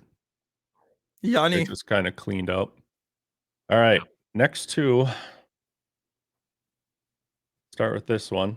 So, Boston receives from Colorado Casey Middlestat, William Zellers, and a 25 second round pick. Boston sends over to Colorado. Minnesota Wild didn't need him, Charlie Coyle, and a 2026 fifth round pick. Yeah. So Good player if you're trying to win the cup this year. I get it. yeah, but Yeah. now they just You guys had him, eh? Hold on Wasn't- though. Where are they? Where's Colorado? What are they missing though? What are they lacking? They just picked up 2 centers. Right? I don't know. Well, Charlie Coyle's a center, yeah. So we're Well, saying? so is Brock Nelson. Yeah, I don't know where Holy you're going. crap. though. You just traded for 2. So now you got Nathan McKinnon, Brock Nelson, Charlie Coyle as your first 3 centers. Not bad. He was Coyle was on Minnesota there for a few years, eh? Where he Yeah. started. Yeah. Did you guys like him? Oh, It was yeah. all right. I Yeah? thought he played very well. Yeah, because Mhm. he's huge. He's a big ass center. He can do the job Yeah. and then some. Not just run around like a little water bug. We don't like him on our team, so we had to get rid of him. Yeah. Is he American? He's American, isn't he? I think so. Arca. Yeah. And then the final one I put together. It's not a lot, but it's got a lot of details. Boston Oh, receives a 27 second round pick and sends the Florida Panthers Brad Marchand. Now, chew on this. So, the second round pick to Boston becomes a 27 or 28 first round pick if Florida wins 2 rounds in the Stanley Cup playoffs and Marchand plays 50% of the team's playoff games. And then on top of that, Boston is retaining half of Brad's salary. Well, he's crazy like he's hurt too, right? So is Yeah. he gonna be another LTIR guy and come back like Kachuk for the playoffs? Oh, he'll be back. He'll come Yeah. back for sure. Definitely. That was a bonkers one, man. Couldn't believe that went down. I guess they just couldn't come to agreement on the way the money was distributed, him in Boston. And I don't know. Who knows? yeah, what I heard Boston's some. doing? I'm sure it'll all come out a little bit more. But it was said that he very much wanted to go to Florida. If he had to go somewhere, Florida was the team. Which Yeah, is okay, so scary. That's wasn't- scary. Wasn't he quoted as something like, you can't beat them, join them? Well, Kachuk, Bennett, and Marchand on a line. I mean, I know that doesn't work, but they might do it for fun. Sure. I was just gonna mention something like that, where let's say your team now, because of course the brilliant and amazing and certainly Hall of Fame bound Dylan Cousins is Yep. on it. hmm What if they squeak in the playoffs and you end up playing Florida? How miserable are you going to be with Marchand, Bennett, and Kachuk? Oh, I beg to. I think they'll be miserable. I think it'll be a great series, and those two teams will say you're welcome to all hockey fans. Yeah. Yeah. All right, Louis. Is that a bow That's- on it? That is the end of what I put together for this year's trade deadline goodies. So Don't be butthurt. My team's doing things. Don't be butthurt. Listen, we finally got a good owner, class act. We're a professional organization with a professional GM. Good things are happening. Finally, be happy. I'm Did they happy make for Cousins you. the assistant GM too? Because he can provide so much more than just brilliant play.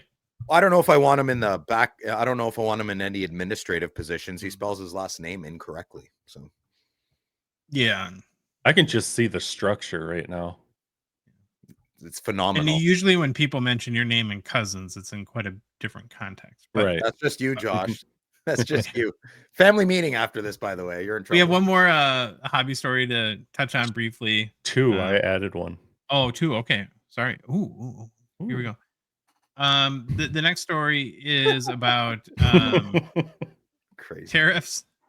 I couldn't think of a more exciting hobby topic to talk about than tariffs. And as your hobby tariffs coverage leader, the Hockey Cards Gongshow, we're going to file this hastily, of course, created report. I want to give a disclaimer Yes. that the powers that be here at the at our show, basically the 3 idiots you're looking at or listening to, Hello. we've unanimously agreed to take the position of Hobby Switzerland Yep. on most topics like this going forward. As you can see, Phil really took that to heart after a little meeting, went out and got his Went a little far. Went a some little new far. clothes. And I said unanimously, Phil. Don't worry, I'll explain what that means to you later. Okay, so we shall attempt to do what no news organization on Earth can seem to do anymore. We're going to report just the news, state of the facts. Just the So from facts, Jack. Yeah. So from the real world, we know that the T word is getting used a lot lately between the US and Canada in particular. There's a T word and this T word that being thrown around, and we're even hearing about reciprocal T words going on. So as a multinational show, we of course love Canada. Phil loves the USA, Big and we time. hope all this T word business gets sorted away very soon. Now, that being said, there has been some hobby impact. So I think a lot of companies have done more preventative or proactive measures, like all the grading companies. PSA announced that they no longer are going to accept submissions directly from Canadians into their California offices, but you can go through group submitters. So like Mint Inc. are good partners there, and Johnny, you can submit through them. Other group submitters. I think Beckett came out and said, business as usual. I think SGC is going through the group submitter route as well. And then I think we just got to see how things shake out. And it's a very fluid situation. It can change by the day, but just some things, that when we talk about like potential impacts is, there could be some shipping issues or increased costs there. More taxes, of course. I think that's the biggest thing people are worried about. If eBay sales or cards got classified under taxed goods, that could be a problem. We don't know what this is going to do to the currency values of the countries, and that's been a issue I know on your side, Phil, on Canada for a number of months, Yeah, where just a it little impacts bit. things Just a little bit. So hopefully it gets out sooner than later. But like I said, I think the biggest real and sort of like tangible impact is that for PSA, you need to go through a group submitter right now in order to, and I don't think it's like there's a law that I think PSA is doing that proactively to avoid any issues if there's some changes that come about that, in the next day or week or something like that. And then hopefully this gets sorted out real soon because, it's not fun, of course, for anyone. And it's just a good reminder too, that how the macroeconomic factors in the world at large can, impact silly things like our hobby that we love so dearly. Right. And I was talking to my buddy that works in the government here. I don't know that, like, if I was shipping Phil a card or Phil was shipping me a card, I don't know, the tariffs don't apply to it's a certain dollar amount. 800. Okay.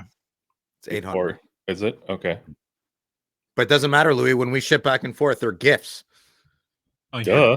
They're worth $5. Yeah. $5 Oh, gift. Hockey $5. picture. $4.20. Pull that package. We're checking it. Okay. Okay, Louis. So you ended a story, and what is this? I didn't actually put a picture in here, but so I saw Netflix announced a release for a Minnesota Wild hockey documentary, calling Really? it a deep dive into the legacy and emotion in Oh. What Minnesota. legacy? What legacy? You're a new team. Now, 25 years. you just stay comfortable back there. All right. Okay, settle. So it's going to focus on the history of the Wild, bringing the North Stars era to the Wild in April.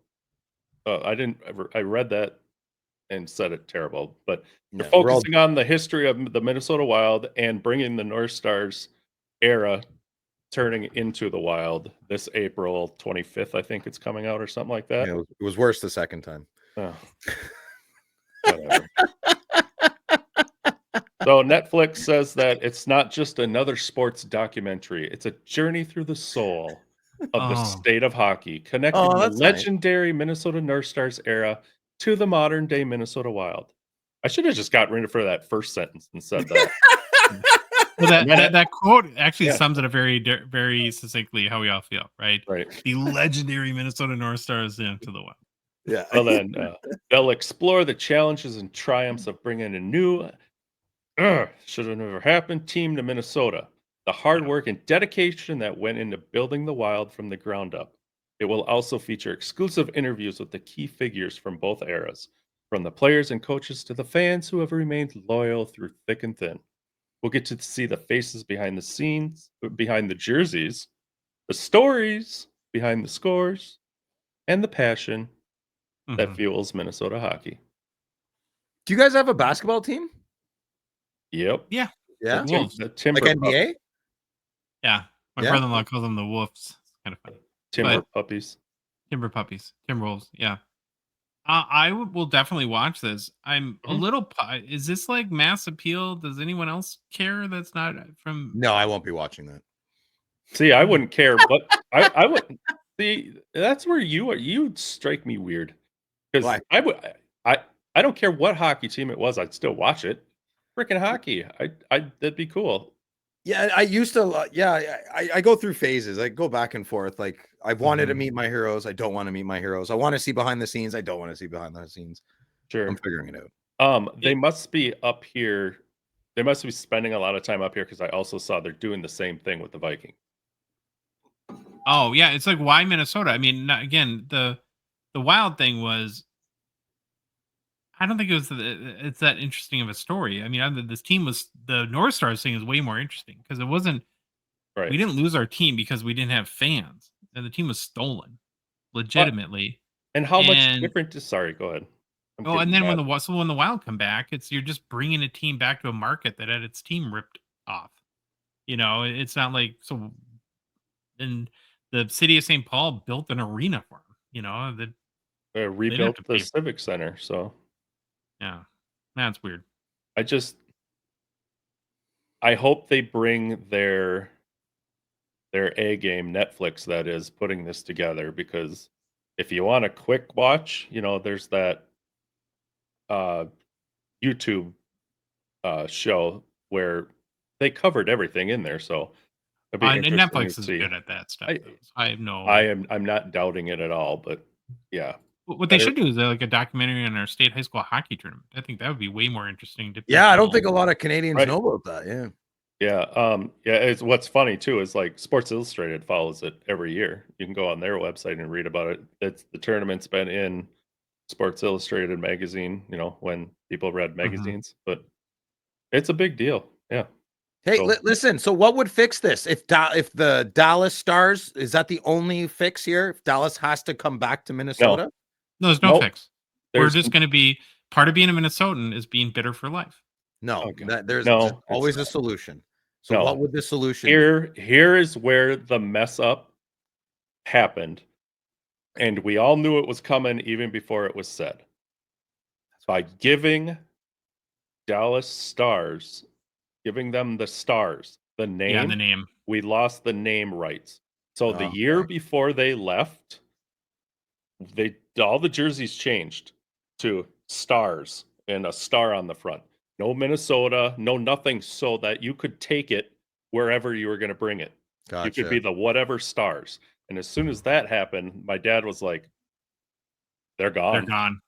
Yeah. And that's the biggest Yeah, problem is I would have been probably not as butthurt. Now I would have wanted the players back, which sucks.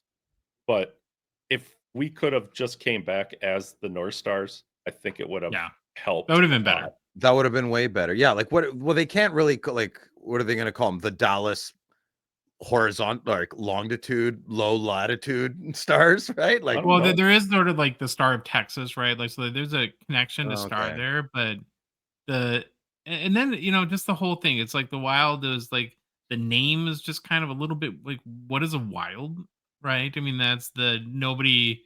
So that was kind of weird. The color, but yeah, I mean, it's Norm Green is probably the biggest Minnesota sports villain ever. Right. He was the owner of the North Stars that moved the team to Dallas. If nobody was looking, would you? I already know what Louis would say, but Josh, if nobody was looking and you were driving home at night, would you run him over? No, I'd run him over for you. Well, that's why I have you. Yeah, the truth comes out. But not to sound like crying over spilled milk, I'm grateful we have hockey back. I love having hockey. dude. No, listen, boys, that's very legit. Your beef here. That Well- would very much upset me. I'm an Expos kid. Trust me, I'm same but different. And to go back to like Troy's biggest beef on the Wild has always been that, and you can tell that this is how robbed our fan. The first thing the Wild ever did, it is kind of dumb, is they retired the number 1 for the fans. Oh, I'm gonna vomit. Yeah, That so is the only cringy. number we have retired is the number because they knew how butthurt most of us, a lot of us were over the whole North Stars thing. So it's like their way to placate with Mhm. hockey fans that So like sometimes being acknowledge angry you. is justified, and this one's it. You know. Yeah, and listen, we've talked about this for long enough. Where we're gonna get the move on comments because we always do. Oh, okay. I get it. They can scroll. Ahead. Yeah, I mean, some people have moved on. I haven't. Minnesotans, right? Yeah. Right. Oh, yeah. Even Minnesotans. Right. Yeah, they're just like, get over it, and I get that perspective, but we get to be subjectively irrational, right, Phil? Yeah, Mhm. subjectively irrational. Speaking of that, let's Okay, go. All right, Fanatics Collect is a Gongshow partner sponsor. We're grateful for their support of our show. The March premiere auction is live. You want to head to fanaticscollect.com to check out the amazing hockey grails in this month's auction. Now, there's a couple I really quickly want to point out, though, because I just thought they're amazing. Mhm. How about this 2005 Upper Deck O.V. Ovechkin Young Guns High Gloss at a 10, BGS 9.5. Is this a big card? Is this big? Do you think? The 9 on the corners concerns me. I'm a corners guy. Oh, really? So you're out on? No, I would trust my intuition and my observational skills in hand. Mm-hmm. There's What only does- 10 of them, though. So who cares what the grade is? Anyways, but Yeah. Oh, it's a high gloss. I'm so Yes. sorry. I didn't see. Oh no, I'd be all over this. Yeah. I'm so sorry. I'm sorry, Louis. I did not notice this was a high gloss. Yeah, who cares? You crazy? Yeah. yeah, The you- only question I have, hold on, let me click on hockey so I can bring this card up quick. What What's this does gonna go for? is What that does what? supposed to be an H? It's all jacked up. What's it say at the bottom? HG glossy? yeah. Oh my, yeah. It's pronounced H, like Miracle Whip. H glossy. H glossy. H glossy. I don't know. It's a great Okay. card, but Yeah, you I hate I couldn't tell what it said. Why do you hate it, Louis? Yeah. Well, what did the card do to you? You hurt your feelings? For the Or what? for the You same lashed out at it? for the same reason you hate it. Josh picked it. Fair. Fair. Okay, a couple other ones I want to point out. 2005 SP Authentic OV Oh. flop out of 100 PSA 8. He's Oh, just a great baby. Yeah, that's crazy. I've never even seen that card. Yeah, No. look at that. Never patch, seen man. that card. Wild. I really like this one. Yeah. Very big fan. And then we'll get off the OV train for a second. This card is amazing. A 2015-16 The Cup McDavid limited logos rookie out of 50 BGS 910. So you get the McDavid RPA, huge oil drop patch, and remember, limited logos are game used RPAs. Game you. If you don't you think it kind of looks like a Habs patch because it's of the oil drop, right? It looks like a straight up Montreal patch on there. Yeah. Yes. Yeah. Well, that could just be the exposure of the. Yeah, let's go How with the that. It's color- the exposure. Yeah. Yeah. It's all exposure. Yeah. It's all exposure. But I would rather have this over a 90 RPA at a 99. Would you rather have the OV? So I would pick the high gloss OV over the Future Watch. I feel like you'd pick the flop. Yeah. You would, hey? You'd pick the flop. Yeah, I wouldn't. Not a chance. Over the high gloss? Yeah, no way. No, I take the high gloss. Oh, But okay. I'm saying okay. like this McDavid RPA, I would rather have this card, which is going to be way cheaper, whatever it goes for, than his cup out of 99, because this is a game use patch. Yeah. Yeah, but you don't get And- the pedigree with this. See, I'd be looking for the props. I'm a weaker man than you. I'd want the juice that comes with the other card. Yeah. What are you more confident over time, though? Not in? not your pick. Really? No, Oh, I'm much more confident over time. no. I'm so confused. What did you pick? Louis like, what are we talking The about? card you're looking at. Okay. Oh, you went from WAP to high gloss. High gloss. It's a high. Oh my god. You got to keep up. We're There's doing layers mental to this gymnastics here. conversation, Louis. There's layers. I can't keep up. This Well, there's 6 more monsters. We'll just go see them all, Louis, at fanaticscollect.com. I'm betting And, the monster. And if you're not super rich, like Phil's future ex-wife, then maybe Get out of here. you're like us, and the Fanatics Collect weekly auction is more your budget. Well, the weekly auction is live right now, ends this upcoming Sunday night. So head to fanatics.collect.com, check out what's on tap for this week, get some early bids in there too. And the 3 of us, hobby heartthrobs, Phil always wants a calendar made. We'll each pick out a vintage of modern card to highlight on this week's for this week's weekly auction on Thursday's show. Mm-hmm. Wait, we're just doing a whole bunch of Minnesota stuff, right? We just talked about the documentary, the big documentary that Phil can't wait for, coming out on Netflix. Medium. And then we go from there to back to Hobby Mount Rushmore, where there's only 2 current NHL teams left in our Hobby Mount Rushmore series. Wild and the Avalanche, and Baba Louie picked for this week our beloved Wild.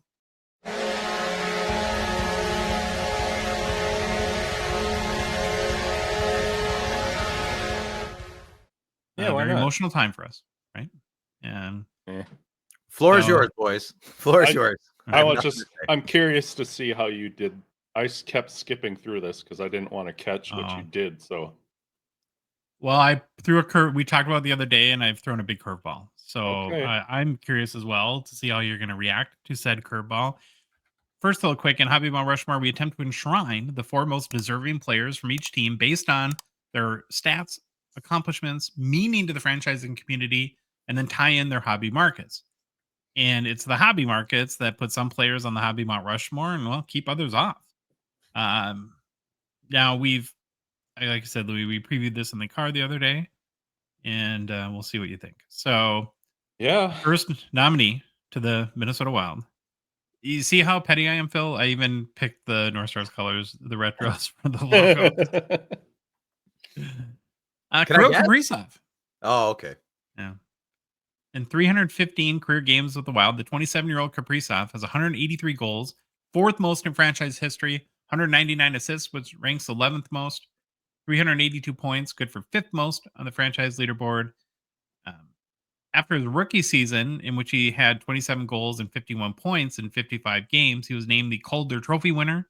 He's the only Calder Trophy winner in Wild history. I know, shocking. Yeah. His 1.213 points per game with the Wild is the highest in franchise history by a country mile. He's the only player to average more than a point per game with the Wild. Kaprizov is the most talented player in Wild history by a country bazillion miles.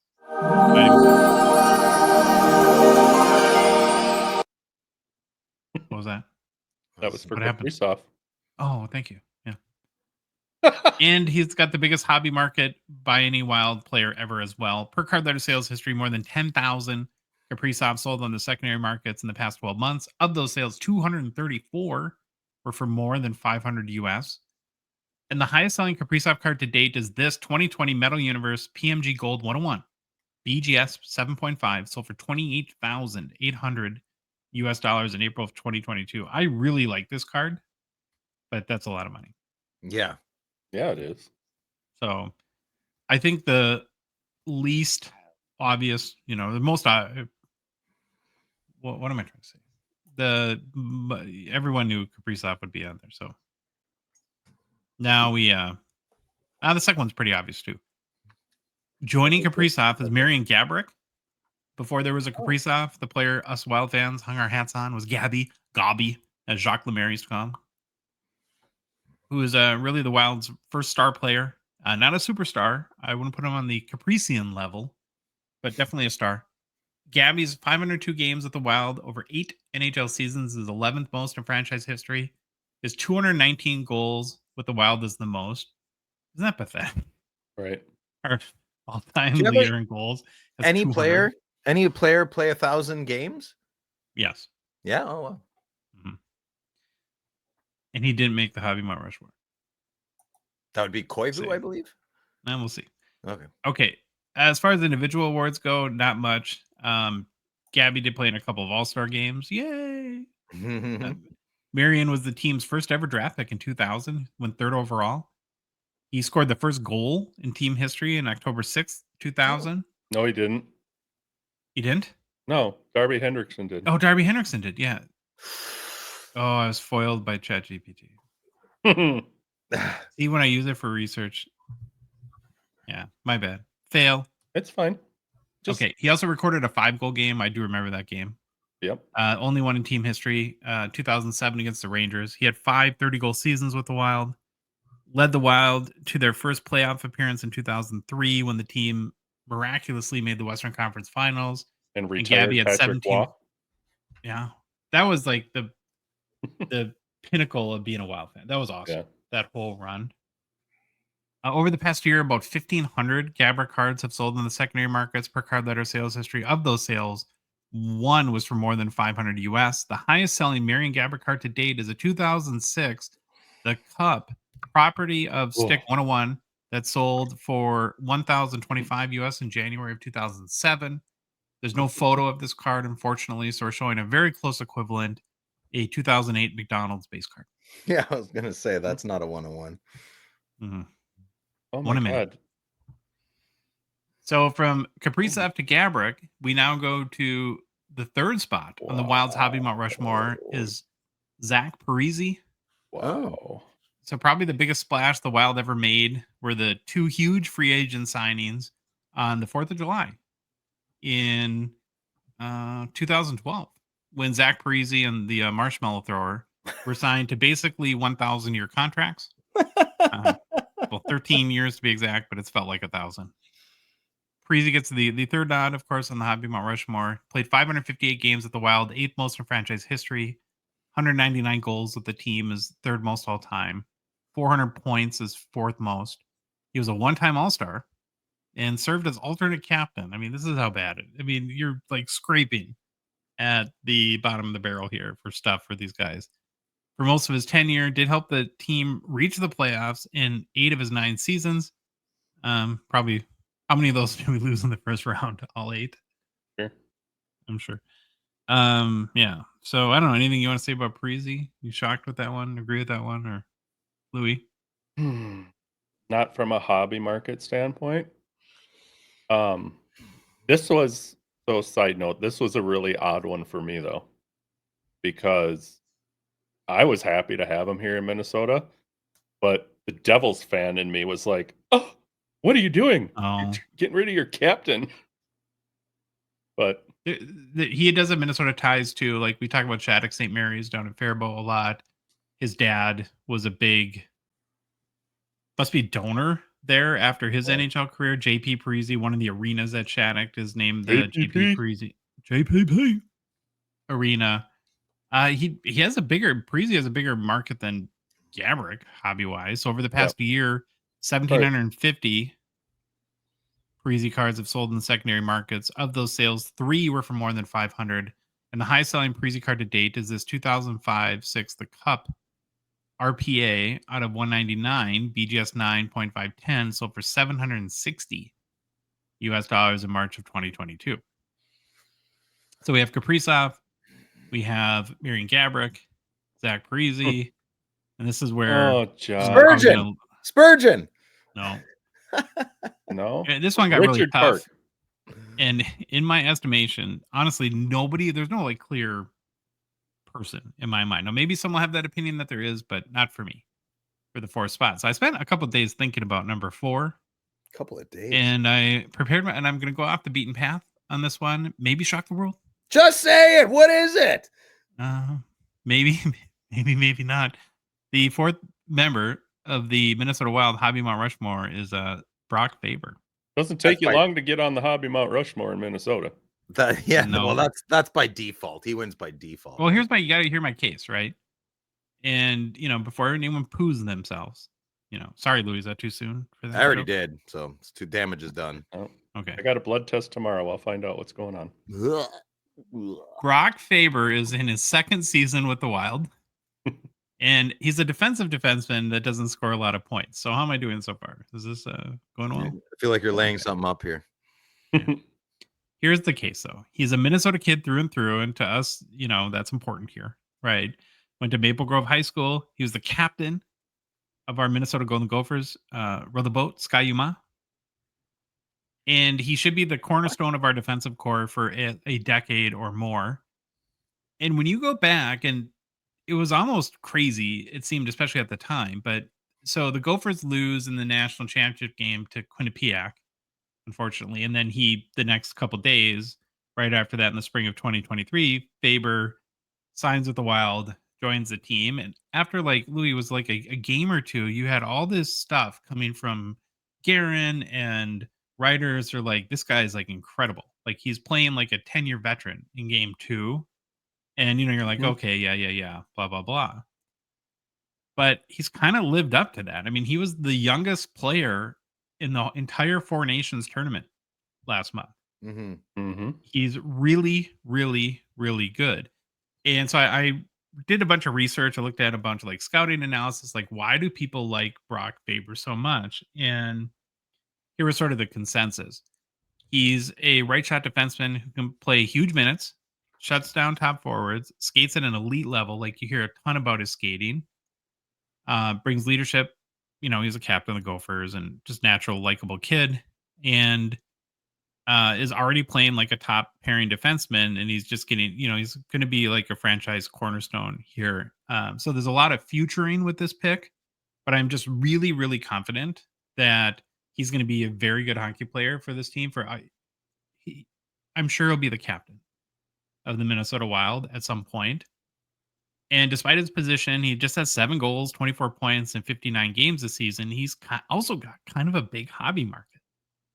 Yeah. Check this out. In the past year, 8,500 Brock Faber cards have sold in this. Now, a lot of it's rookie cards, right? Because he's a 23, 24 rookie, just like Bedard.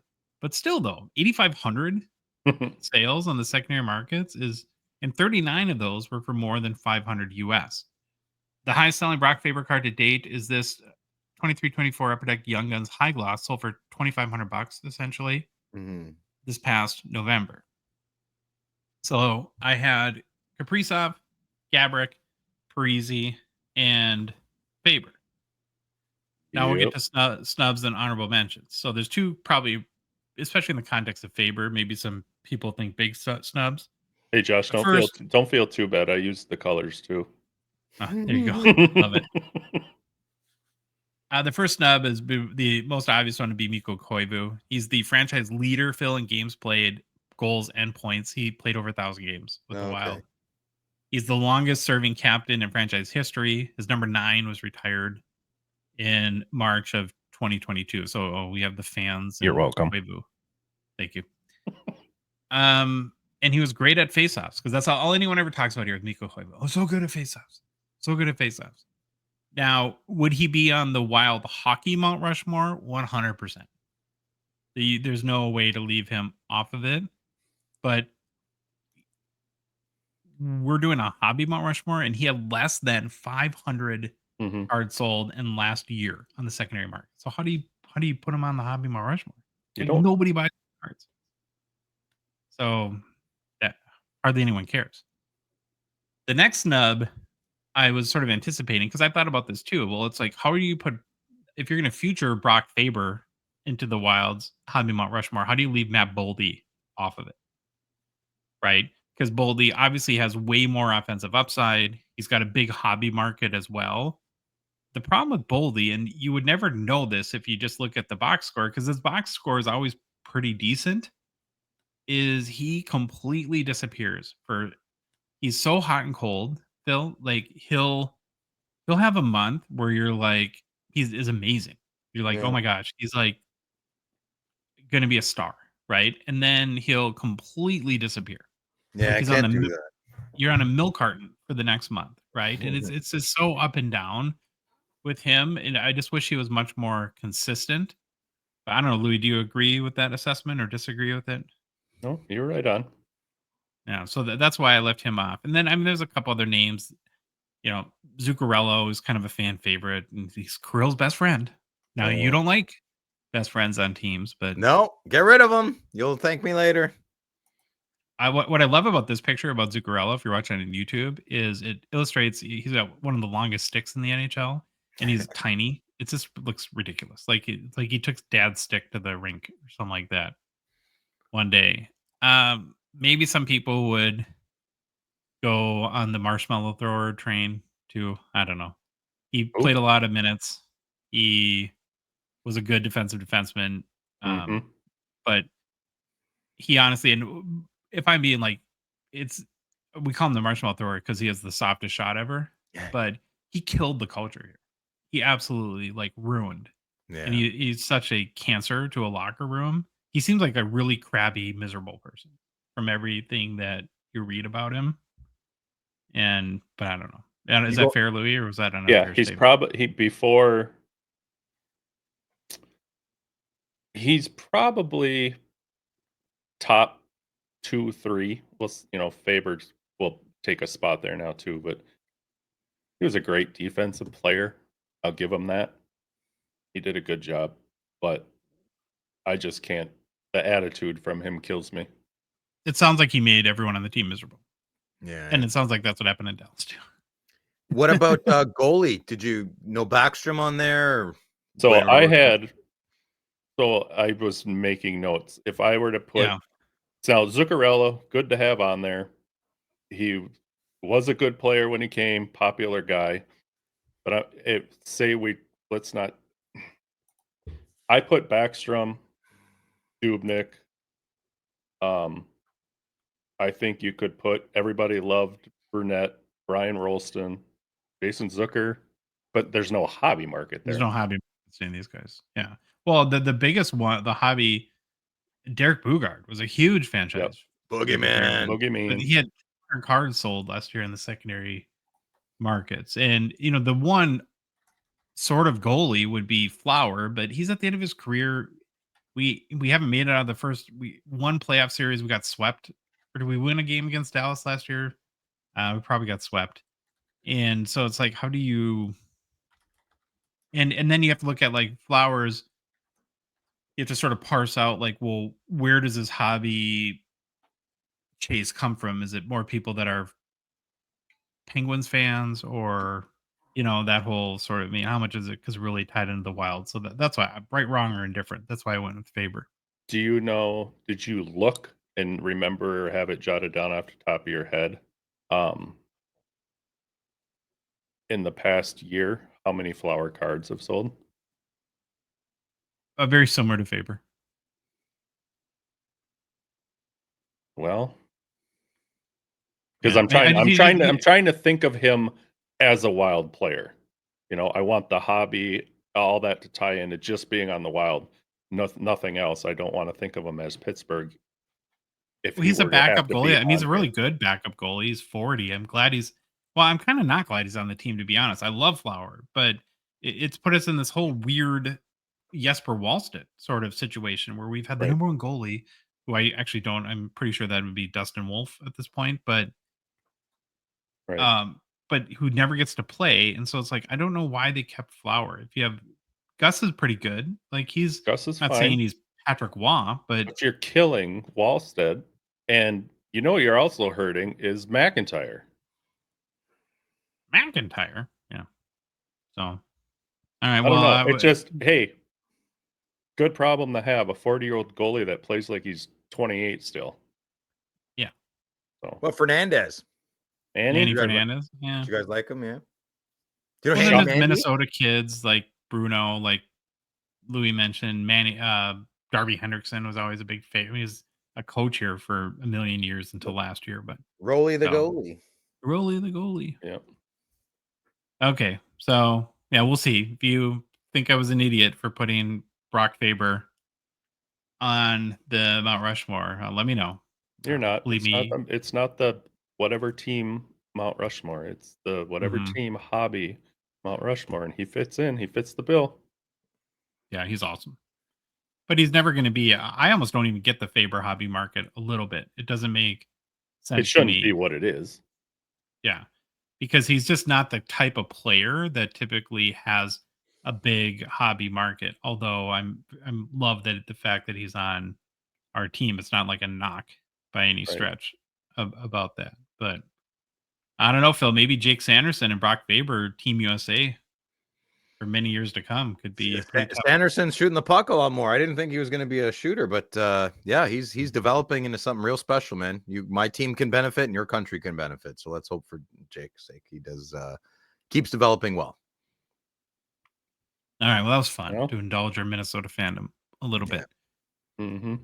Okay, new product releases is brought to you. Hey, who are we Well- doing next? Oh, Avalanche. It's the only one left. Ta-da. Oh, nice. Pretty. Yeah. All right, you can continue now, bud. New product releases brought to you by Gongshow friend and partner Mint Inc. If you're in the greater Toronto area, Mint Inc. is a place you want to be on National Hockey Card Day, April 5th. They'll be celebrating our lovely hockey hobby from 10 a.m. to 7 p.m. Be giving away free packs, doing other giveaways.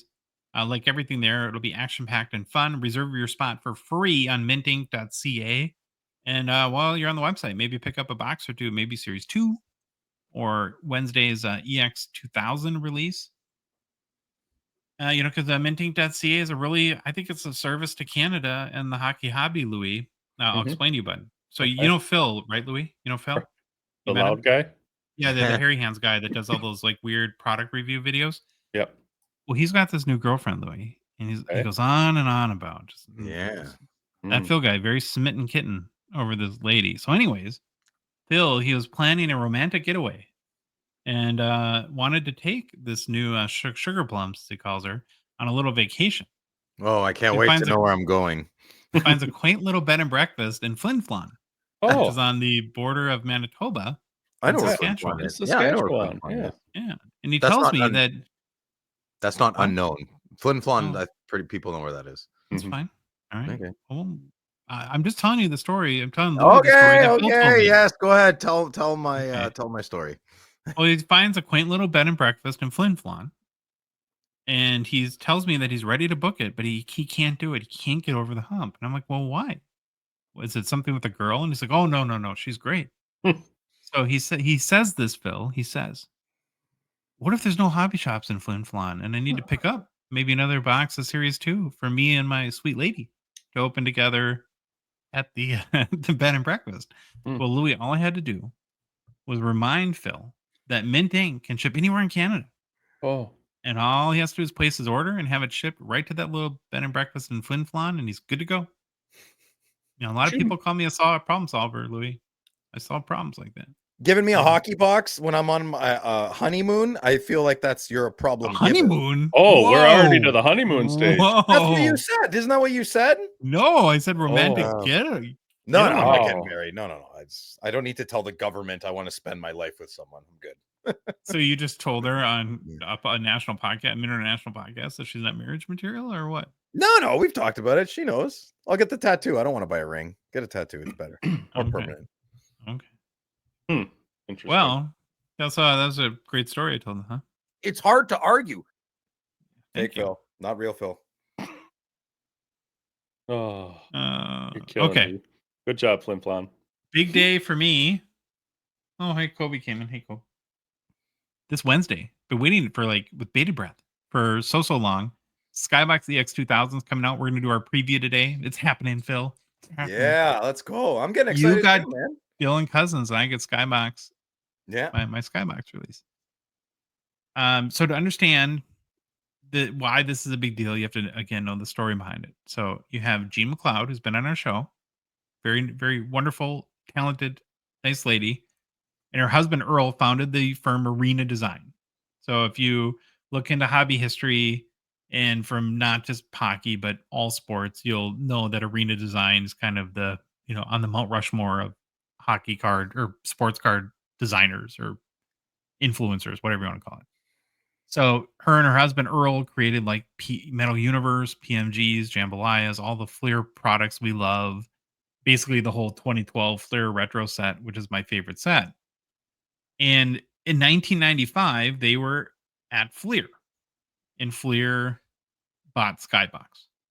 And at that point, they designed EX-2000 set for all four major sports: basketball, baseball, football, and hockey. Now, the first three sets for basketball baseball and football were released in 1996-97, right? So what, 20 years ago almost now? Mhm. And so just to show you an example, like here's like the Kobe Bryant rookie from the 1996 EX-2000 release. And you'll see sort of similarities to this new set. Goes for tons of money, as you might imagine.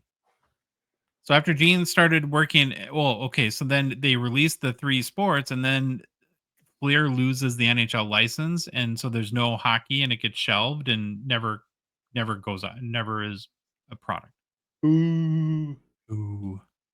Well, a couple years ago, Gene starts working at Upper Deck, and just so happens that Upper Deck now owns Fleer, so it sets into a plan was hatched to release the 96-97 EX-2000 hockey set just with an updated checklist, and they chose Bedardapalooza and 23-24 as, I guess, the perfect time to do it. So that's where we're at. It's here. It's happening. We're finally getting, quote unquote, the lost hockey set. The So we're going to run resurrection. So we're going to run through the key cards on the checklist, which of course is available at hockeychecklist.com. Now, 23-24 Skybox EX-2000 will be released in both hobby and then later on EPAC. So it's going to be a EPAC release as well. Same day? Base. No. What? Not same No, day. it'll be down the road. No, okay. Always down the road, yeah. Weren't you in the The bait- Billy interview? That's why I was like, no, it's not going to be the same day, right? Yeah, I just wanted people to know that eventually it'll be on EPAC. Base set is 150 cards broken down by 2 categories. So there's 100 veterans and 50 rookies.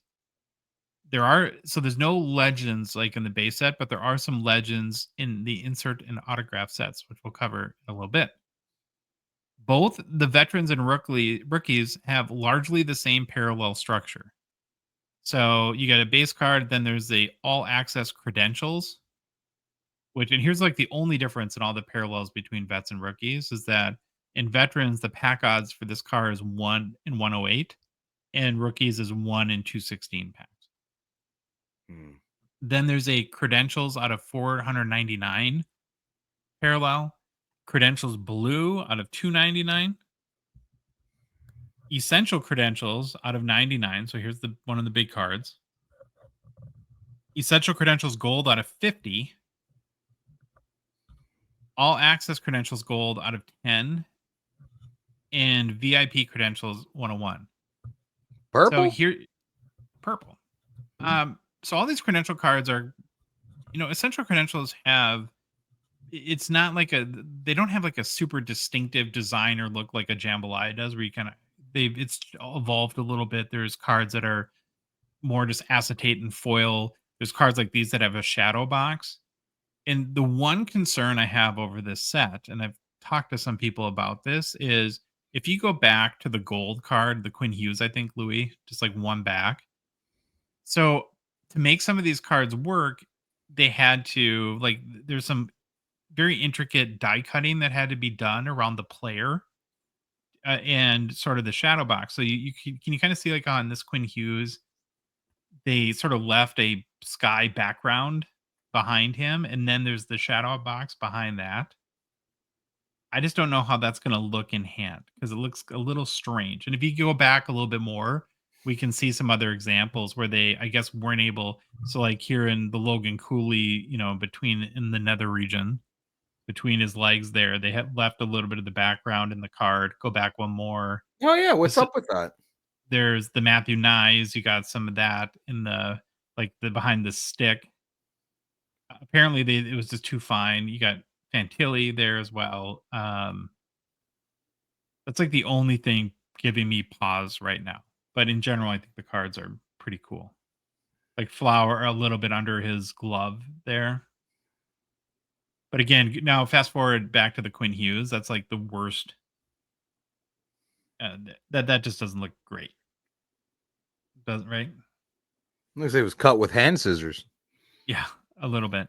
So that's the base set, right?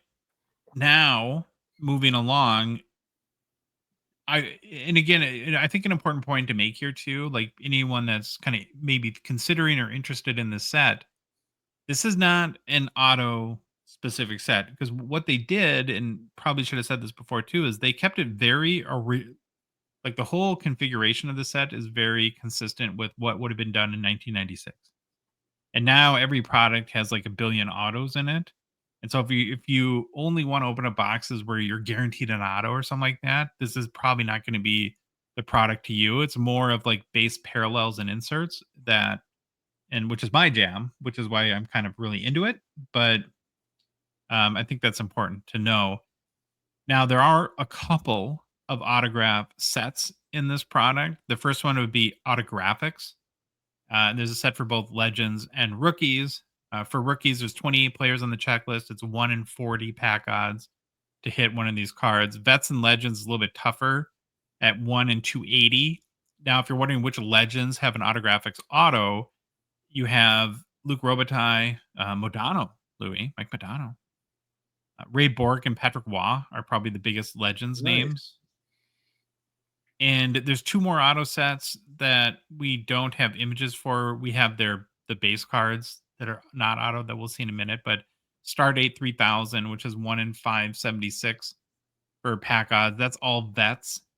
McDavid and AM34, some of the bigger names there. And then there's a die cut, another die cut called Index Movers. That's 576 pack odds as well. And that's more like young under 24 type prospect players.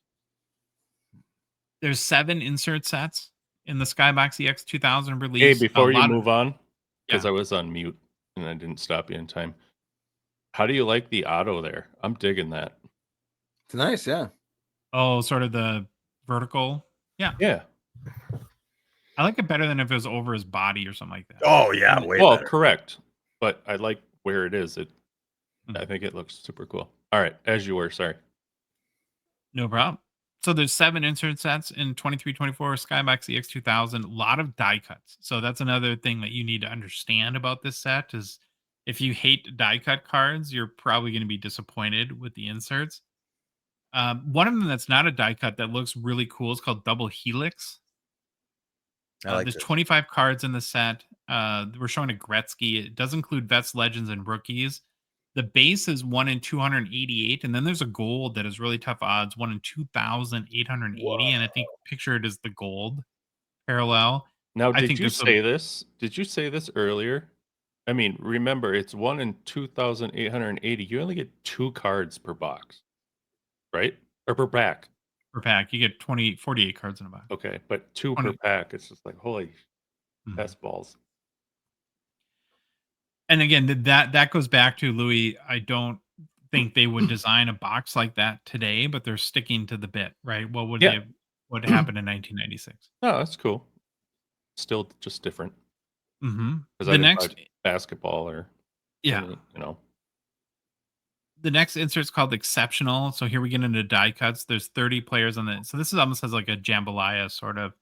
This picture doesn't has sort of the background on it, but kind of a jambalaya sort of shape to it.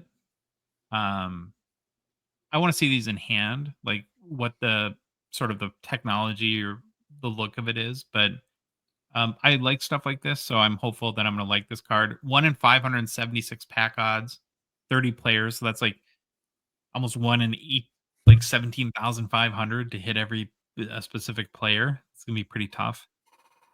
The next insert is Hall or Nothing. So these are vets that seem to be on the Hall of Fame track. Stammer. Back in the good old days. Yeah, there are parallels. There's a speckle out of 99 and a gold speckle out of 25.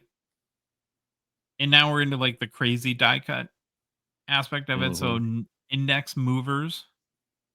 Oh, Jesus. Come on. This 20 players on the checklist.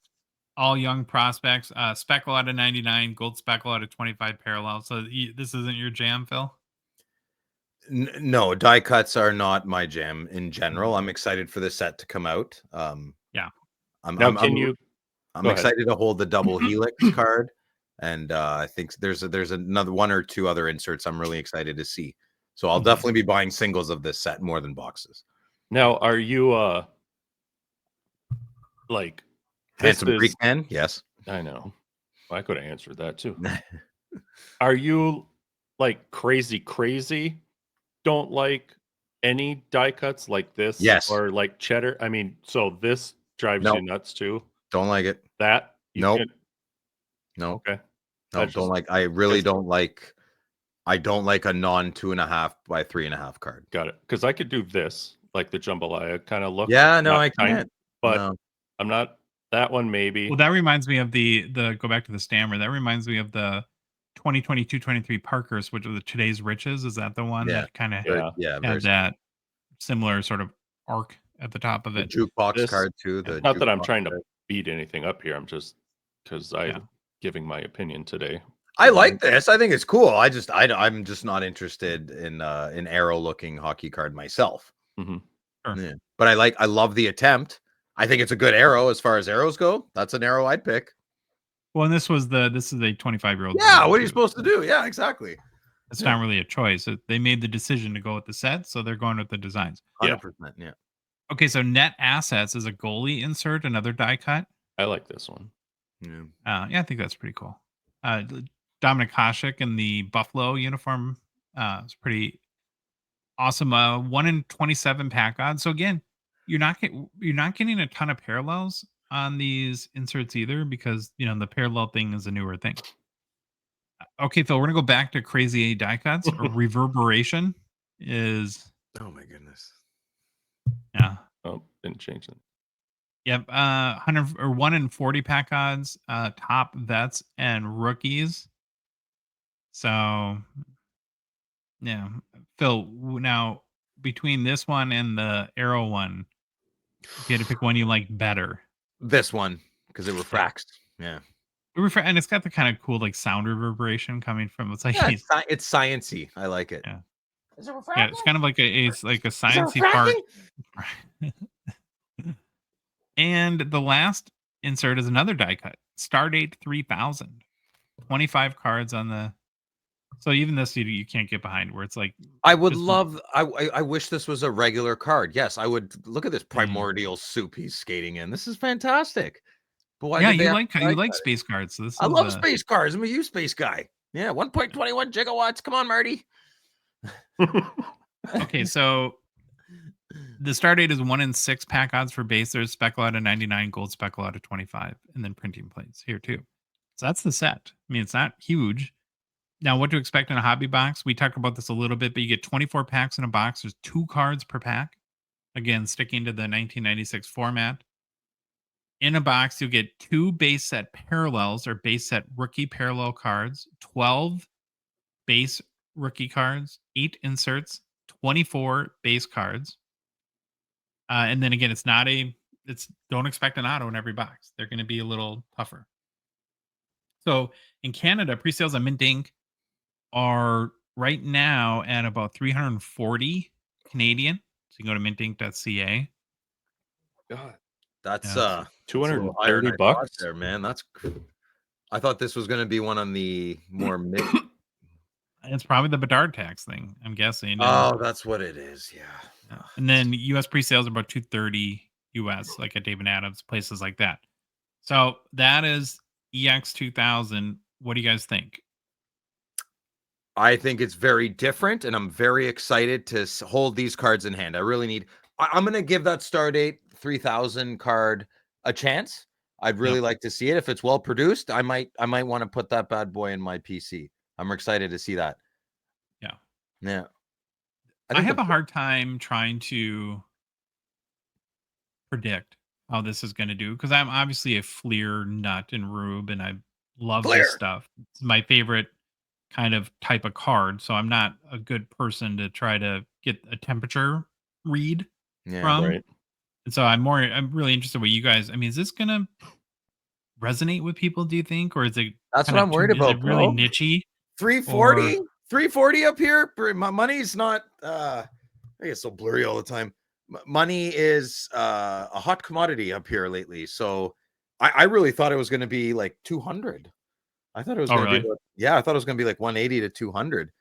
I think I think a lower price point would have really helped it push along. How did Ingrain do at that price point? Yeah, not the best, right? So I think if you're going to fire off something new and quirky like this, I think the price should reflect that at the beginning. I mean, there's no Yeah. win. If you went lower this year and higher next year, people are going to complain, right? What about I'm, secondary market sales? Do you think those will be strong? I'm Yeah. very curious to see. If I had to guess, Yeah. probably not. Really? I'm going to say they are because I think people are going to chase what they want versus buying. Oh, that's a good point, Louis. Yeah. Maybe. Yeah, there won't be it won't, I don't think, you know what? I don't think this is going to be in the middle. I think it's either going to do really well or it's just going to swing and miss, maybe. Mm-hmm. That's my safe answer. I don't want to give away my strategy out because I want to talk about personal pickups, but I do have a strategy around this. That I'll Josh is playing it might chess. be and we're all surprising. playing No, it might checkers. be. I think it'll be surprising to some. What do you think of? No, Louis, you share the love that we have for Fleer. That's a bond we have. Yeah. And when you see kind of the breakdown of the set, what are your thoughts? Is it what you were expecting? What you're hoping? I had no idea what to expect. I really, really want to see those, like the all access credentials. I want to see the vets rooks. I want to see what that looks like back there. Yeah. I think I could probably get over it pretty quick. I think they're going to look cool. I like how Mhm. it says what each card is in the top Yeah. left corner, over and down, unless it's just one word, it's up in the top there. I like those. I love where the autos are, like Yep. on that Betsy we showed. And if you're not watching, it's in the top left corner, but it's like they rotated the card counterclockwise, so he signed it in the top right corner. Yeah. Signed it vertically, right? Yep. Yeah, that looks good. I can do die cuts to an extent. I don't think I can get past. Yeah, the reverberation and index movers are kind of out there, but really though, this is a parallel set. It's Mhm. about the credentials cards. Like that's why what you're hoping for. You're not hoping for you're not buying the box praying for a index movers die cut card. You want the essential credentials or the gold credentials or VIP credentials. That's what you want. Do you Yep. think they're going to take me up on my idea, my mediocre credential? No. Could put No. like Probably 10 not. goal scorers on there. Kind of, know? sort of credential. Maybe make the 10 goals. 10 Oh, I'm goals sorry. I'm sorry. I did get an email, and they actually here. I'm opening it right now, Phil. They did in next year's, and Dylan Cousins is on the checklist. Listen, you guys, you guys are on the wrong side of so many things. You mock me. Mailbag time. Oh boy, a lot of good questions again this week. First question from JK on Discord. Did Upper Deck change the paper in Series 1 this year? It seems much better. I have no idea. I don't think so. I know what you mean, though. Sometimes I open packs. I'm like, oh, I think the paper's different. It's just because it's been a year or 6 months. Okay. Discord or Jibway86. Would you be for or against Upper Deck creating a new product called Monumental? It'd basically be taking the Monumental booklets out of the cup and making it a solo product. The consumer would be guaranteed a Monumental Game Worn patch booklet numbered to 1 or 6 or however, like clear cut. And the checklist varies. For example, the price point of this new Monumental product could be like $600 US, something like that. Do you feel Upper Deck should create high-end product like that with one game worn patch guaranteed in the box? I'm all for Upper Deck doing more high-end products that are very specific and unique. I like that. I like it. I like the idea of Jibway. Because if you don't like Monumental booklets, you would never buy the product. But a lot of people absolutely love them and would chase these probably a lot. Oh, Jibway, where are you from? Message the show where you're from. Are you from northern Minnesota or like Ontario? Yeah, probably somewhere central, but just curious. Louis, what's your opinion on that? Go for it. I think that's cool. Well, you want a Monumental booklet, there's your easier chance to get one. I think they're cool. You could have like 4 high-end products, and then the cup could encapsulate all of them once a year. Something like that. Discord Sprad.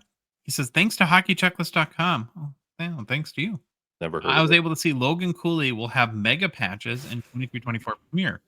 Do you feel those rookie mega patches do not get enough hype, even though they are game used from a player's rookie season? Shouldn't Bedard's first game used memorabilia be pretty significant? Also, do you think the mega patch is the best use of the game used jersey in Premiere rather than in rookie patch autos? Um, I like them. I just think that more hobbyists prefer right, wrong, or indifferent RPAs over just patch cards. I'd That's prefer them in why that RPAs. I'm with Brad. I'd prefer them. I'd prefer a nicer RPA. I'm frustrated when I find a player I really like and all his RPAs are like weak patches. I don't like that. Mhm. But the player worn thing doesn't bug you in an RPA. No. Okay. Louis. I do not like mega patches, period. I want more of the player and Okay. then a So, patch. Does that make sense? So, yeah, you like to see the photo of the player more so than Yeah, agreed. Yeah, I a don't little like mega headshot patches. on a mega yeah, patch. it's just a little head in the bottom corner. I mean, yes, the big patches, like if you put together your team logo, Mhm. then just don't put the dang player's picture on there. That would probably make me feel better because it just looks bad. Panini would do that. They had like Panini Prime colors. Remember those sets Mm. that I don't think you had the pit players. But No player to on it. me, yeah, that's kind of strange. But Discord Rally SC. He says my epiphany tonight while I'm watching the Series 2 show on YouTube is why not just hold all Canvas Young Guns until extended and get all the regular Young Guns between Series 1 and Series 2? I'm sure I'm not the first person to ask this, so I wonder why it hasn't happened. Because you didn't ask it in the chat while we were doing it. Come on, Shots Rally. fired at Rally. Don't yell at them. Oh, I like Rally. That's the first thing I thought of. I'm like, perfect question for Billy. Yeah, other than the weird phenomenon that Young Guns Canvas seem to be very popular and pricey when a new set comes out, they don't seem to hold much traction over the long term. No. And that's part of it's probably got to do with they all grade so dang good. Yeah. It's been like that forever though, man. Even 10, 15 years ago, everybody loved Canvas, but the price just didn't stick with it. You know, so it hasn't changed. It's not a new thing. It's been like that forever. Interesting idea though, because I mean, I like extended because of all the kind of inserts and I'm sorry to use the tribute word. I know we're not allowed, but retros or whatever they call them. But it's gonna be probably pretty weak, right? Probably Mhm. Easton Cowan and Will Smith are going to Yep. be the big young gun chases in extended. Yeah, I That's don't the sleep on biggest Will one. Smith, but I know what you mean. You know, Yeah, yeah. it's not going to drive a whole lot of box sales, I don't think. Well, don't forget acetates. Young Yeah, Gun yeah, sure. acetates. Yeah. Mhm. Discord North Stars fan 23. Hi guys, I was wondering what all of you recommend for 130 point cards for storage, a top loader or a one touch. I received a 130 point card in the mail. It was a top loader recently. It was all marked up. When I went to Yeah. take it out and put it in a nice holder, it slid out and hit the table faster than an XPSA slabbed card at Phil's slab cracking service. Hey. Woo. Well, Ooh. dang it, it's true. Yeah. Oh, I love it. Leading me towards using one touch holder for all these types of cards. Thoughts? Thanks for the great show and content. Okay. Who wants to take this one? I'll go. Listen, man, I'm having a real hard time at my house organizing my cards. I developed a great Wayne Gretzky top loader binder, but I have like 12 Wayne Gretzkys that are pretty expensive in one touch holders. I don't know how to rectify this problem because I generally don't put expensive cards in top loaders, but they're more than okay. It's a very safe way of keeping your card. It just seems chintzy, you know, like it just like penny sleeve and your little malleable top loader and it's in my top loader. Oh, how much is that card worth? Like $5,000. Like what? Like, you know, so I don't have I a think the problem you're solution. getting to is that one touches have the slab problem, and there's just no great way to display a Yeah. collection of them. And they do split. Listen, they do pop open the odd time, right? Sometimes the magnet is a little too recessed. You can't Mhm. knock Pather or Anybody. anybody for 1,000 units of one-touch holders aren't going to have a perfectly ingrained magnet in them. So once in a while, you get a rough one and you don't notice right away, and it flies open and the card flies out. It does happen. It does happen. Yeah. So that's terrifying. So I don't have a good answer for your North Stars. Sorry, man. I'm with you. Any opinion on this one, Baba Louie? Put them in it. Put your card in a team bag in the top loader. Nah, it's too much work. I'm not doing that. I'm not either. I'm just. Oh, you're giving it to him. Yeah. There you go. Yeah. All right. Discord JB, have you guys seen the new feature on PSA's mobile app that lets you scan cards and pops up eBay sales for PSA slabs of that card? Thoughts? That's pretty cool. Yeah, it's pretty cool. I have not. I'll check it out, but have not tried it. Have you? Either of you guys? Negative. Do you guys have the PSA app on your phone? Nope. Man, I would beef that up as big as possible, man. Just keep hammering your dominance in the industry. Discord JT Hockey. He says, ever since cardboardconnection.com stopped getting updated over a year ago, I've been looking for a new checklist site. Is there one you guys? People are going to get sick of us, man. People are well, maybe not. I don't know. Phil, we are obligated by law to answer the question. Yes. And this is a very important question and topic. Actually, I wish we had at least an hour or two to dedicate to it. But what I can say for now is there is a site called Hockey Checklists. It's at least 8 to 11% better than Beckett. And we dipped again. We were at 12 last week. Oh, well. Yeah. Listen, we need to make a tutorial. I think some people aren't getting the drill downs and they're not putting effort. Everyone's like, oh, I don't get it. They leave, As simple as it is to us, I think we should put some tutorials out there to help the good surfer. I agree, because I actually had this conversation with someone that said that was like, people are so used to like scrolling, like a we don't want you to do that. For dinosaurs. You should never have to scroll on a checklist site again, unless you want to browse and spend your time looking through that. Between the drill downs and the search, you instantly find exactly what you're looking for. And you're right. We'll put up some. So yeah, Josh and I'll work on not because you couldn't, Phil, but kind of a long ways away. Yeah. We'll work on something in OBS, because if I remember right, StreamYard that we're using doesn't show like really everything you're doing. Doesn't show all the menus, that pop-ups and stuff like that. Yeah. Right. So maybe we can put together a Hockey Checklist 101 and get something up there at some point. Yeah, a little FAQ visual. And because Phil's not here, we'll make fun of him. So yeah, it's fine. I like it. I appreciate that. Thank you. That's my language of love. Discord, the sports card journey. I love this question so much. Mm-hmm. Can you ask Billy if he can create a conditional second round draft pick card for us Bruins fans? Well done. That's funny. It's amazing. I'm sorry, Bruins fans. It's got to be a rough time right now. I'm laughing now. As soon as I read it, now I get it. Yesterday I read it and I'm like, what the hell is he talking about? But all right. Good job, dude. Instagram, Lisa Kramer. When are we going to see Troy come back as a guest on an episode? Who? Who's that guy? Lisa Kramer. What? Are you related to Joanna? Joanna Kramer? From Kramer versus Kramer. It's won an Oscar movie. Anyway. Troy? Dead to us. No. Very soon. We've actually been talking about doing it. Troy and I went to the card shop. Louis was at work, so he couldn't go. Okay. We talked about that. So something soon. Instagram, Habs fan NS, I'm assuming Nova Scotia. How do you think the tariffs will affect the hobby in Canada? You hold on, brother. You skipped one, but we'll go to that one now, and then I'll go back. Okay. I guess I'll answer because I'm Canadian. I don't know.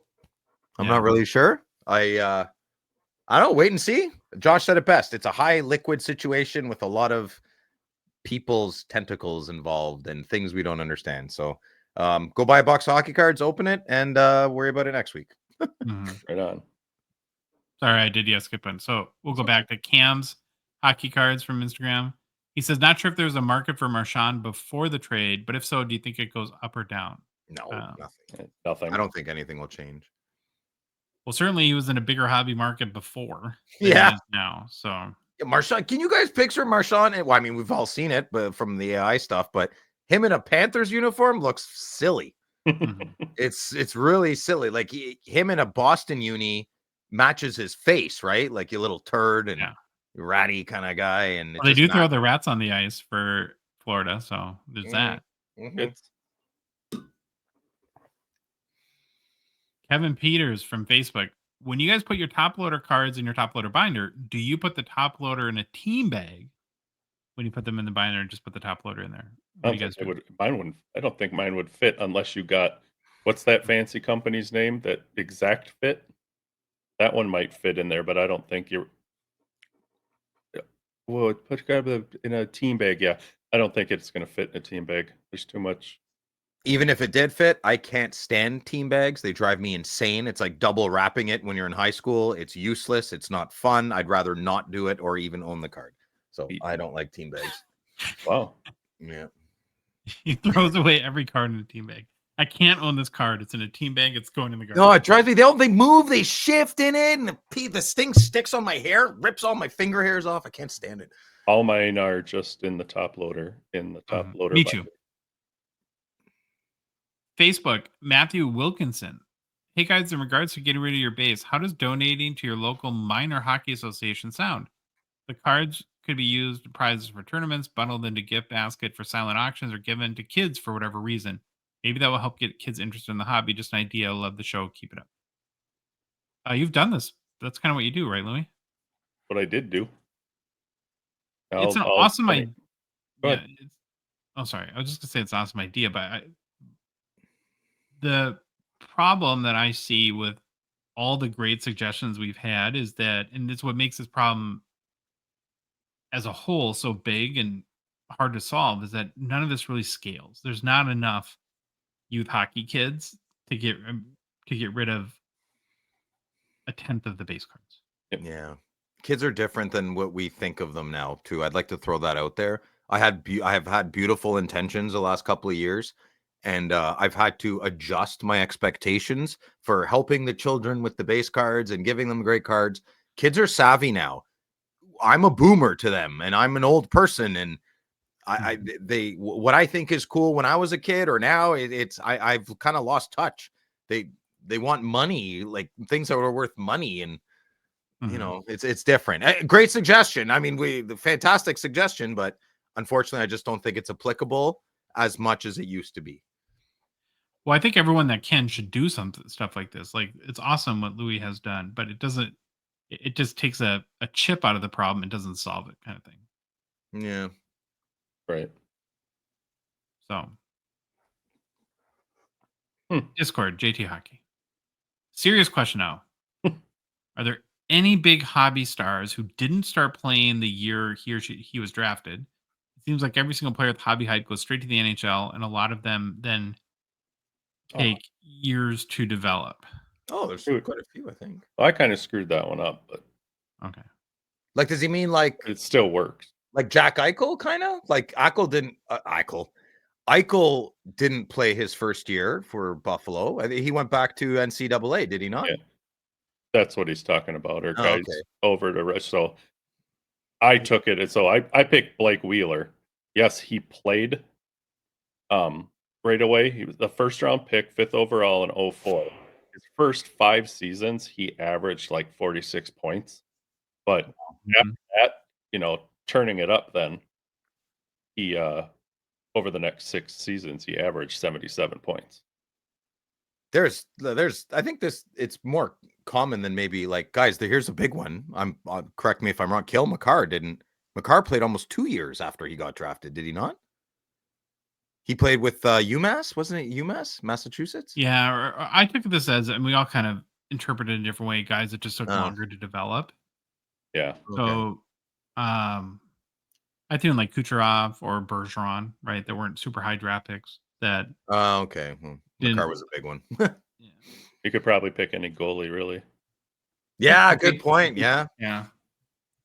The biggest hobby stars, though, I mean, tend to have a lot of hype coming in and formed very well, right? It's like there's a reason why Crosby and Ovechkin and McDavid and Austin Matthews are What they way are. above everybody else. You know, here's I know He's he's not that having much the better. best. I know he's not having the best year, but I still really like him. Adam Fox. He's a smart boy too. He's a Harvard guy, and I think he played. I don't think Yeah. he was drafted high either. I think he was third round. Adam Fox, maybe late second, early third. I don't know. He has no hobby market. It's crazy. No, and he has such a cool name. You know. Yeah.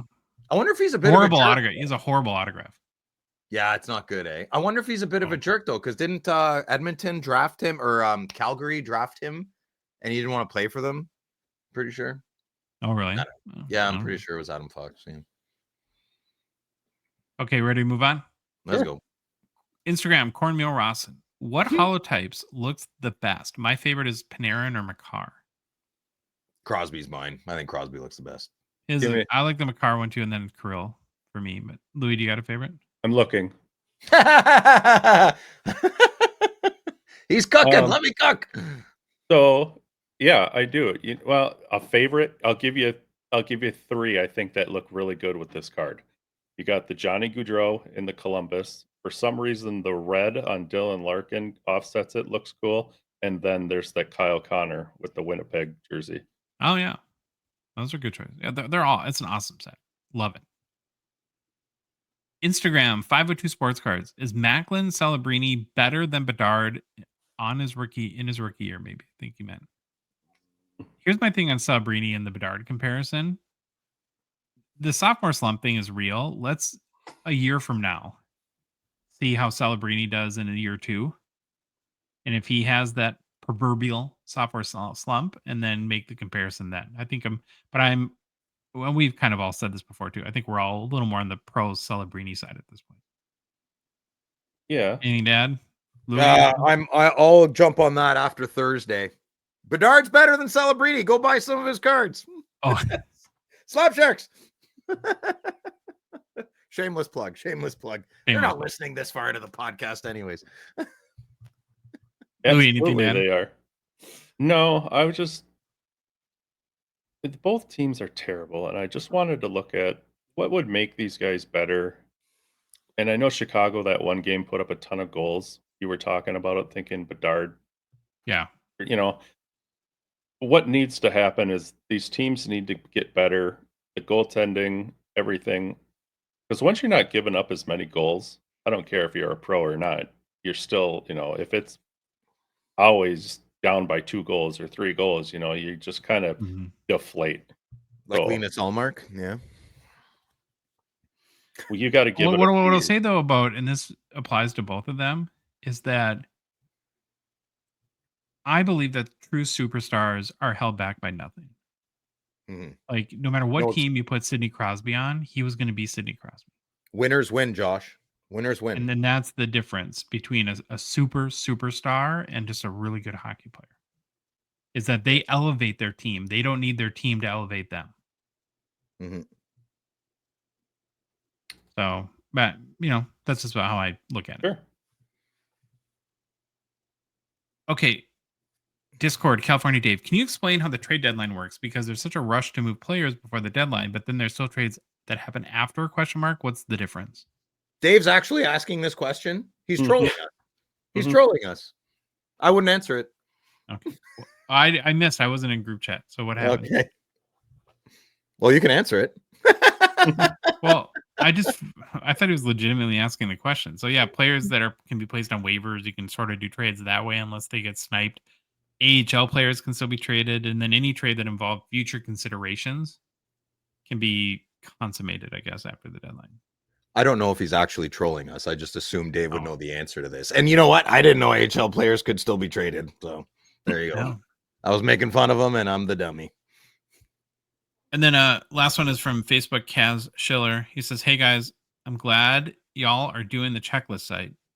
Beckett and all the other outlets sometimes have errors. For example, 23-24 Parkers Champions or PWHL 2024, which was kindly corrected by Zephyr Epic on YouTube. Would it be advantageous to the hockey community if y'all were the authority to offer both lists? Maybe mentioning the page that Hockey Checklist corrected the original. Yeah, I think it's not, in defense of like Beckett. and other outlets. The errors are part of the original checklist that are sent to everybody. And yeah, but we have gone in and corrected some stuff when people point them out. And if you do find errors, let us know. There's a email you can do on the checklist site, or you can mention us or message us on social media, that sort of thing. And then if there's important context we can make to say something is corrected that would benefit other collectors to see, we'll certainly do that. Question. Yeah. When people say y'all, and I'm going to ask, because They're from the South. is that okay? That's where you're from. That's not that's where you're from geographically more. Right. Yeah, the y'all is It's like you saying out. That O, that long O. What are you talking about? It's like you y'all say, like, is like your accent when you're like, I don't have an accent. you do when you say like "Ayos" or "Hand me a beer," eh? That's like, oh Yeah, yeah, I've said that to you. You're okay. Well, so would a brain surgeon in Louisiana say y'all? that's called a drawl, Southern Yeah, drawl. I know what a drawl is. I'm just saying, is that in his vocabulary? Like, would like a rocket scientist in New Orleans say y'all, whereas a janitor at a Are you saying that Southerners that say y'all no, are dumb? I'm asking a legitimate question. I'm saying it doesn't. A full society spectrum all say y'all, just like full say a up here. Yeah. Okay, that's it. That's all I wanted to know. That's it. Okay, you good? Yeah, I'm good. All right. Personal pickups. Phil. Nothing. No tariffs, huh? Yeah, damn tariffs. Louis. I got bored the other day, just was clicking around, and I'd never had one of these. X Factor? It's a 22-23 Topps Chrome NHL sticker, silver refractor out of 99. Louis like stickers. I've never had one of those sticker cards before, so I was like, hey, I like stickers. I've never seen a blue duck, so I drew a blue duck. Mm-hmm. All right, so I got a lot of pickups, and I want to explain in a minute. So I sold a bunch of stuff on my car post, which was awesome, and it gave me a little bit of a hobby budget to go splurge, and I splurged. I thought you were gonna hang on to that in war chest. Yeah, that lasted like 6 minutes. So yeah, I bought that Crosby I had on my watch list forever. You turd nugget. I'll get to that. That's part of my strategy. So the first card, I'm actually very excited about this one. Well, I put them both up on the first page, so okay, it's fine. The first one I got is a 2020 Upper Deck Gordie Howe Ionics holographics. These were Easter eggs that are very rare. Yep. And this one I'm going to crack. I've never cracked a card, but this one I'm for sure cracking. That's the one you bought on Fanatics, right? Yeah, bought it on Fanatics Collect. Then I got a 2008-09 Fleer Ultra Sidney Crosby Essential Credentials Red out of 87. So when I kind of came into my windfall, and probably should have war chested for the expo, but I'm too impatient. My first thought was, I'm going to buy a bunch of boxes of EX-2000. Then I slept on it, and I'm maybe evolving, maybe probably not. I don't know. And I thought, well, for about the price of a couple boxes, I could get a Crosby first Essential Credentials card and probably be way happier. So I think what I'm actually going to do is I'm going to buy a box or two of EX-2000 and probably not open it and keep them sure for about 4 minutes. Yeah, and then you can't do that. But yeah, I just thought, instead of blowing it all on boxes and probably not getting great cards, that I would be much happier in the long run with this card. I feel like we should have discussed this. Listen, I'm surprised you bought this card. I'm a little disgruntled. I don't know. I've been eyeing it for a while. I'm a little sad. I didn't know that. Yeah. Well, that's the picture I used as an example to say, Josh, can you explain Essential Credentials to me? Mm-hmm. Well, you know what they say, buddy, or get off the pot. Yeah, I know. No, it's all on me. It's all. Can I hold it at least? Not when you're on the pot, but when you bring your hockey cards. You can hold mine, Louis, if you want. So I'm very excited about my Crosby Essential Credential. It's not 87, so it's not like it's like crazy rare, but it looks like in really good shape. Then I turned into Panini Boy. So Oh, I think nice. Seth, your boy Seth, would be so proud. Phil, I got Oh wow. a couple of OV Prism cards. So they're both 2013. I got the blue Pulsar out of a PSA 10, and then a green Prism Raw. The green's nice. Favorite color. Yeah, really, really like it too. And what's your favorite color? I don't know. Maybe blue. Yeah, Louis. Yeah. What's your favorite color? Orange. Really? Orange? Really? Yeah. Eh? Hey, knock knock. No, you're not doing it. Eh? Okay, go ahead, Josh. And then my last one was a little bit of a cheat. I just love these. A select Pavel Bure raw Silver Prism Raw from 2013. You're going hard after Pavel this year, eh? Don't think I don't notice. Oh, I like Bure. You better buy that O-Pee-Chee on eBay before I do. There's one on there? No. I didn't think so. Yeah. I think you thought so for 2 seconds. Yeah, I panicked. I'm like, yeah. So yeah, those are my personal pickups. You did Well, good, dude. Yeah, very good. Very good. I liked every one of your cards except 3 of them. It was good. Hey. If you would have seen what he got rid of and then what he got. Yeah. Winner. Nice. Good job, Josh. Yeah. I'm happy. Hustling. All right. If you like the episode, please leave a rating, review on Apple, Spotify, whatever podcast app you listen to us on. If you love the show, you want to support us, want to chat with us every day on the Hockey Cards Gongshow Discord server, please consider $5 a month donation. Join out of $2.99 support level tier on Patreon. Link is in the show description and our Instagram and TikTok profiles. Patreon's website, patreon.com. Just search for us, Hockey Cards Gongshow. We're on social media. Be sure to follow us on Instagram, Facebook, TikTok, Twitter, and YouTube. And boys, the Hockey Cards Gongshow podcast is a production of Dogbox Ventures, LLC. Have an awesome start to your week. And Baba Louie, take us out, brother. Bye. It's the Gongshow, we're dropping the facts. Hockey cards on fire, no holding us back. Josh looking sharp, the face of the scene. Feeling pork chop pants, rocking it clean. Baba Louie in the booth, he's the man with the plan. The best producer in all the land. Gongshow Nation, let's hit the flow. It's the Hockey Cards Gongshow, let's go. Wanna say them in the show. So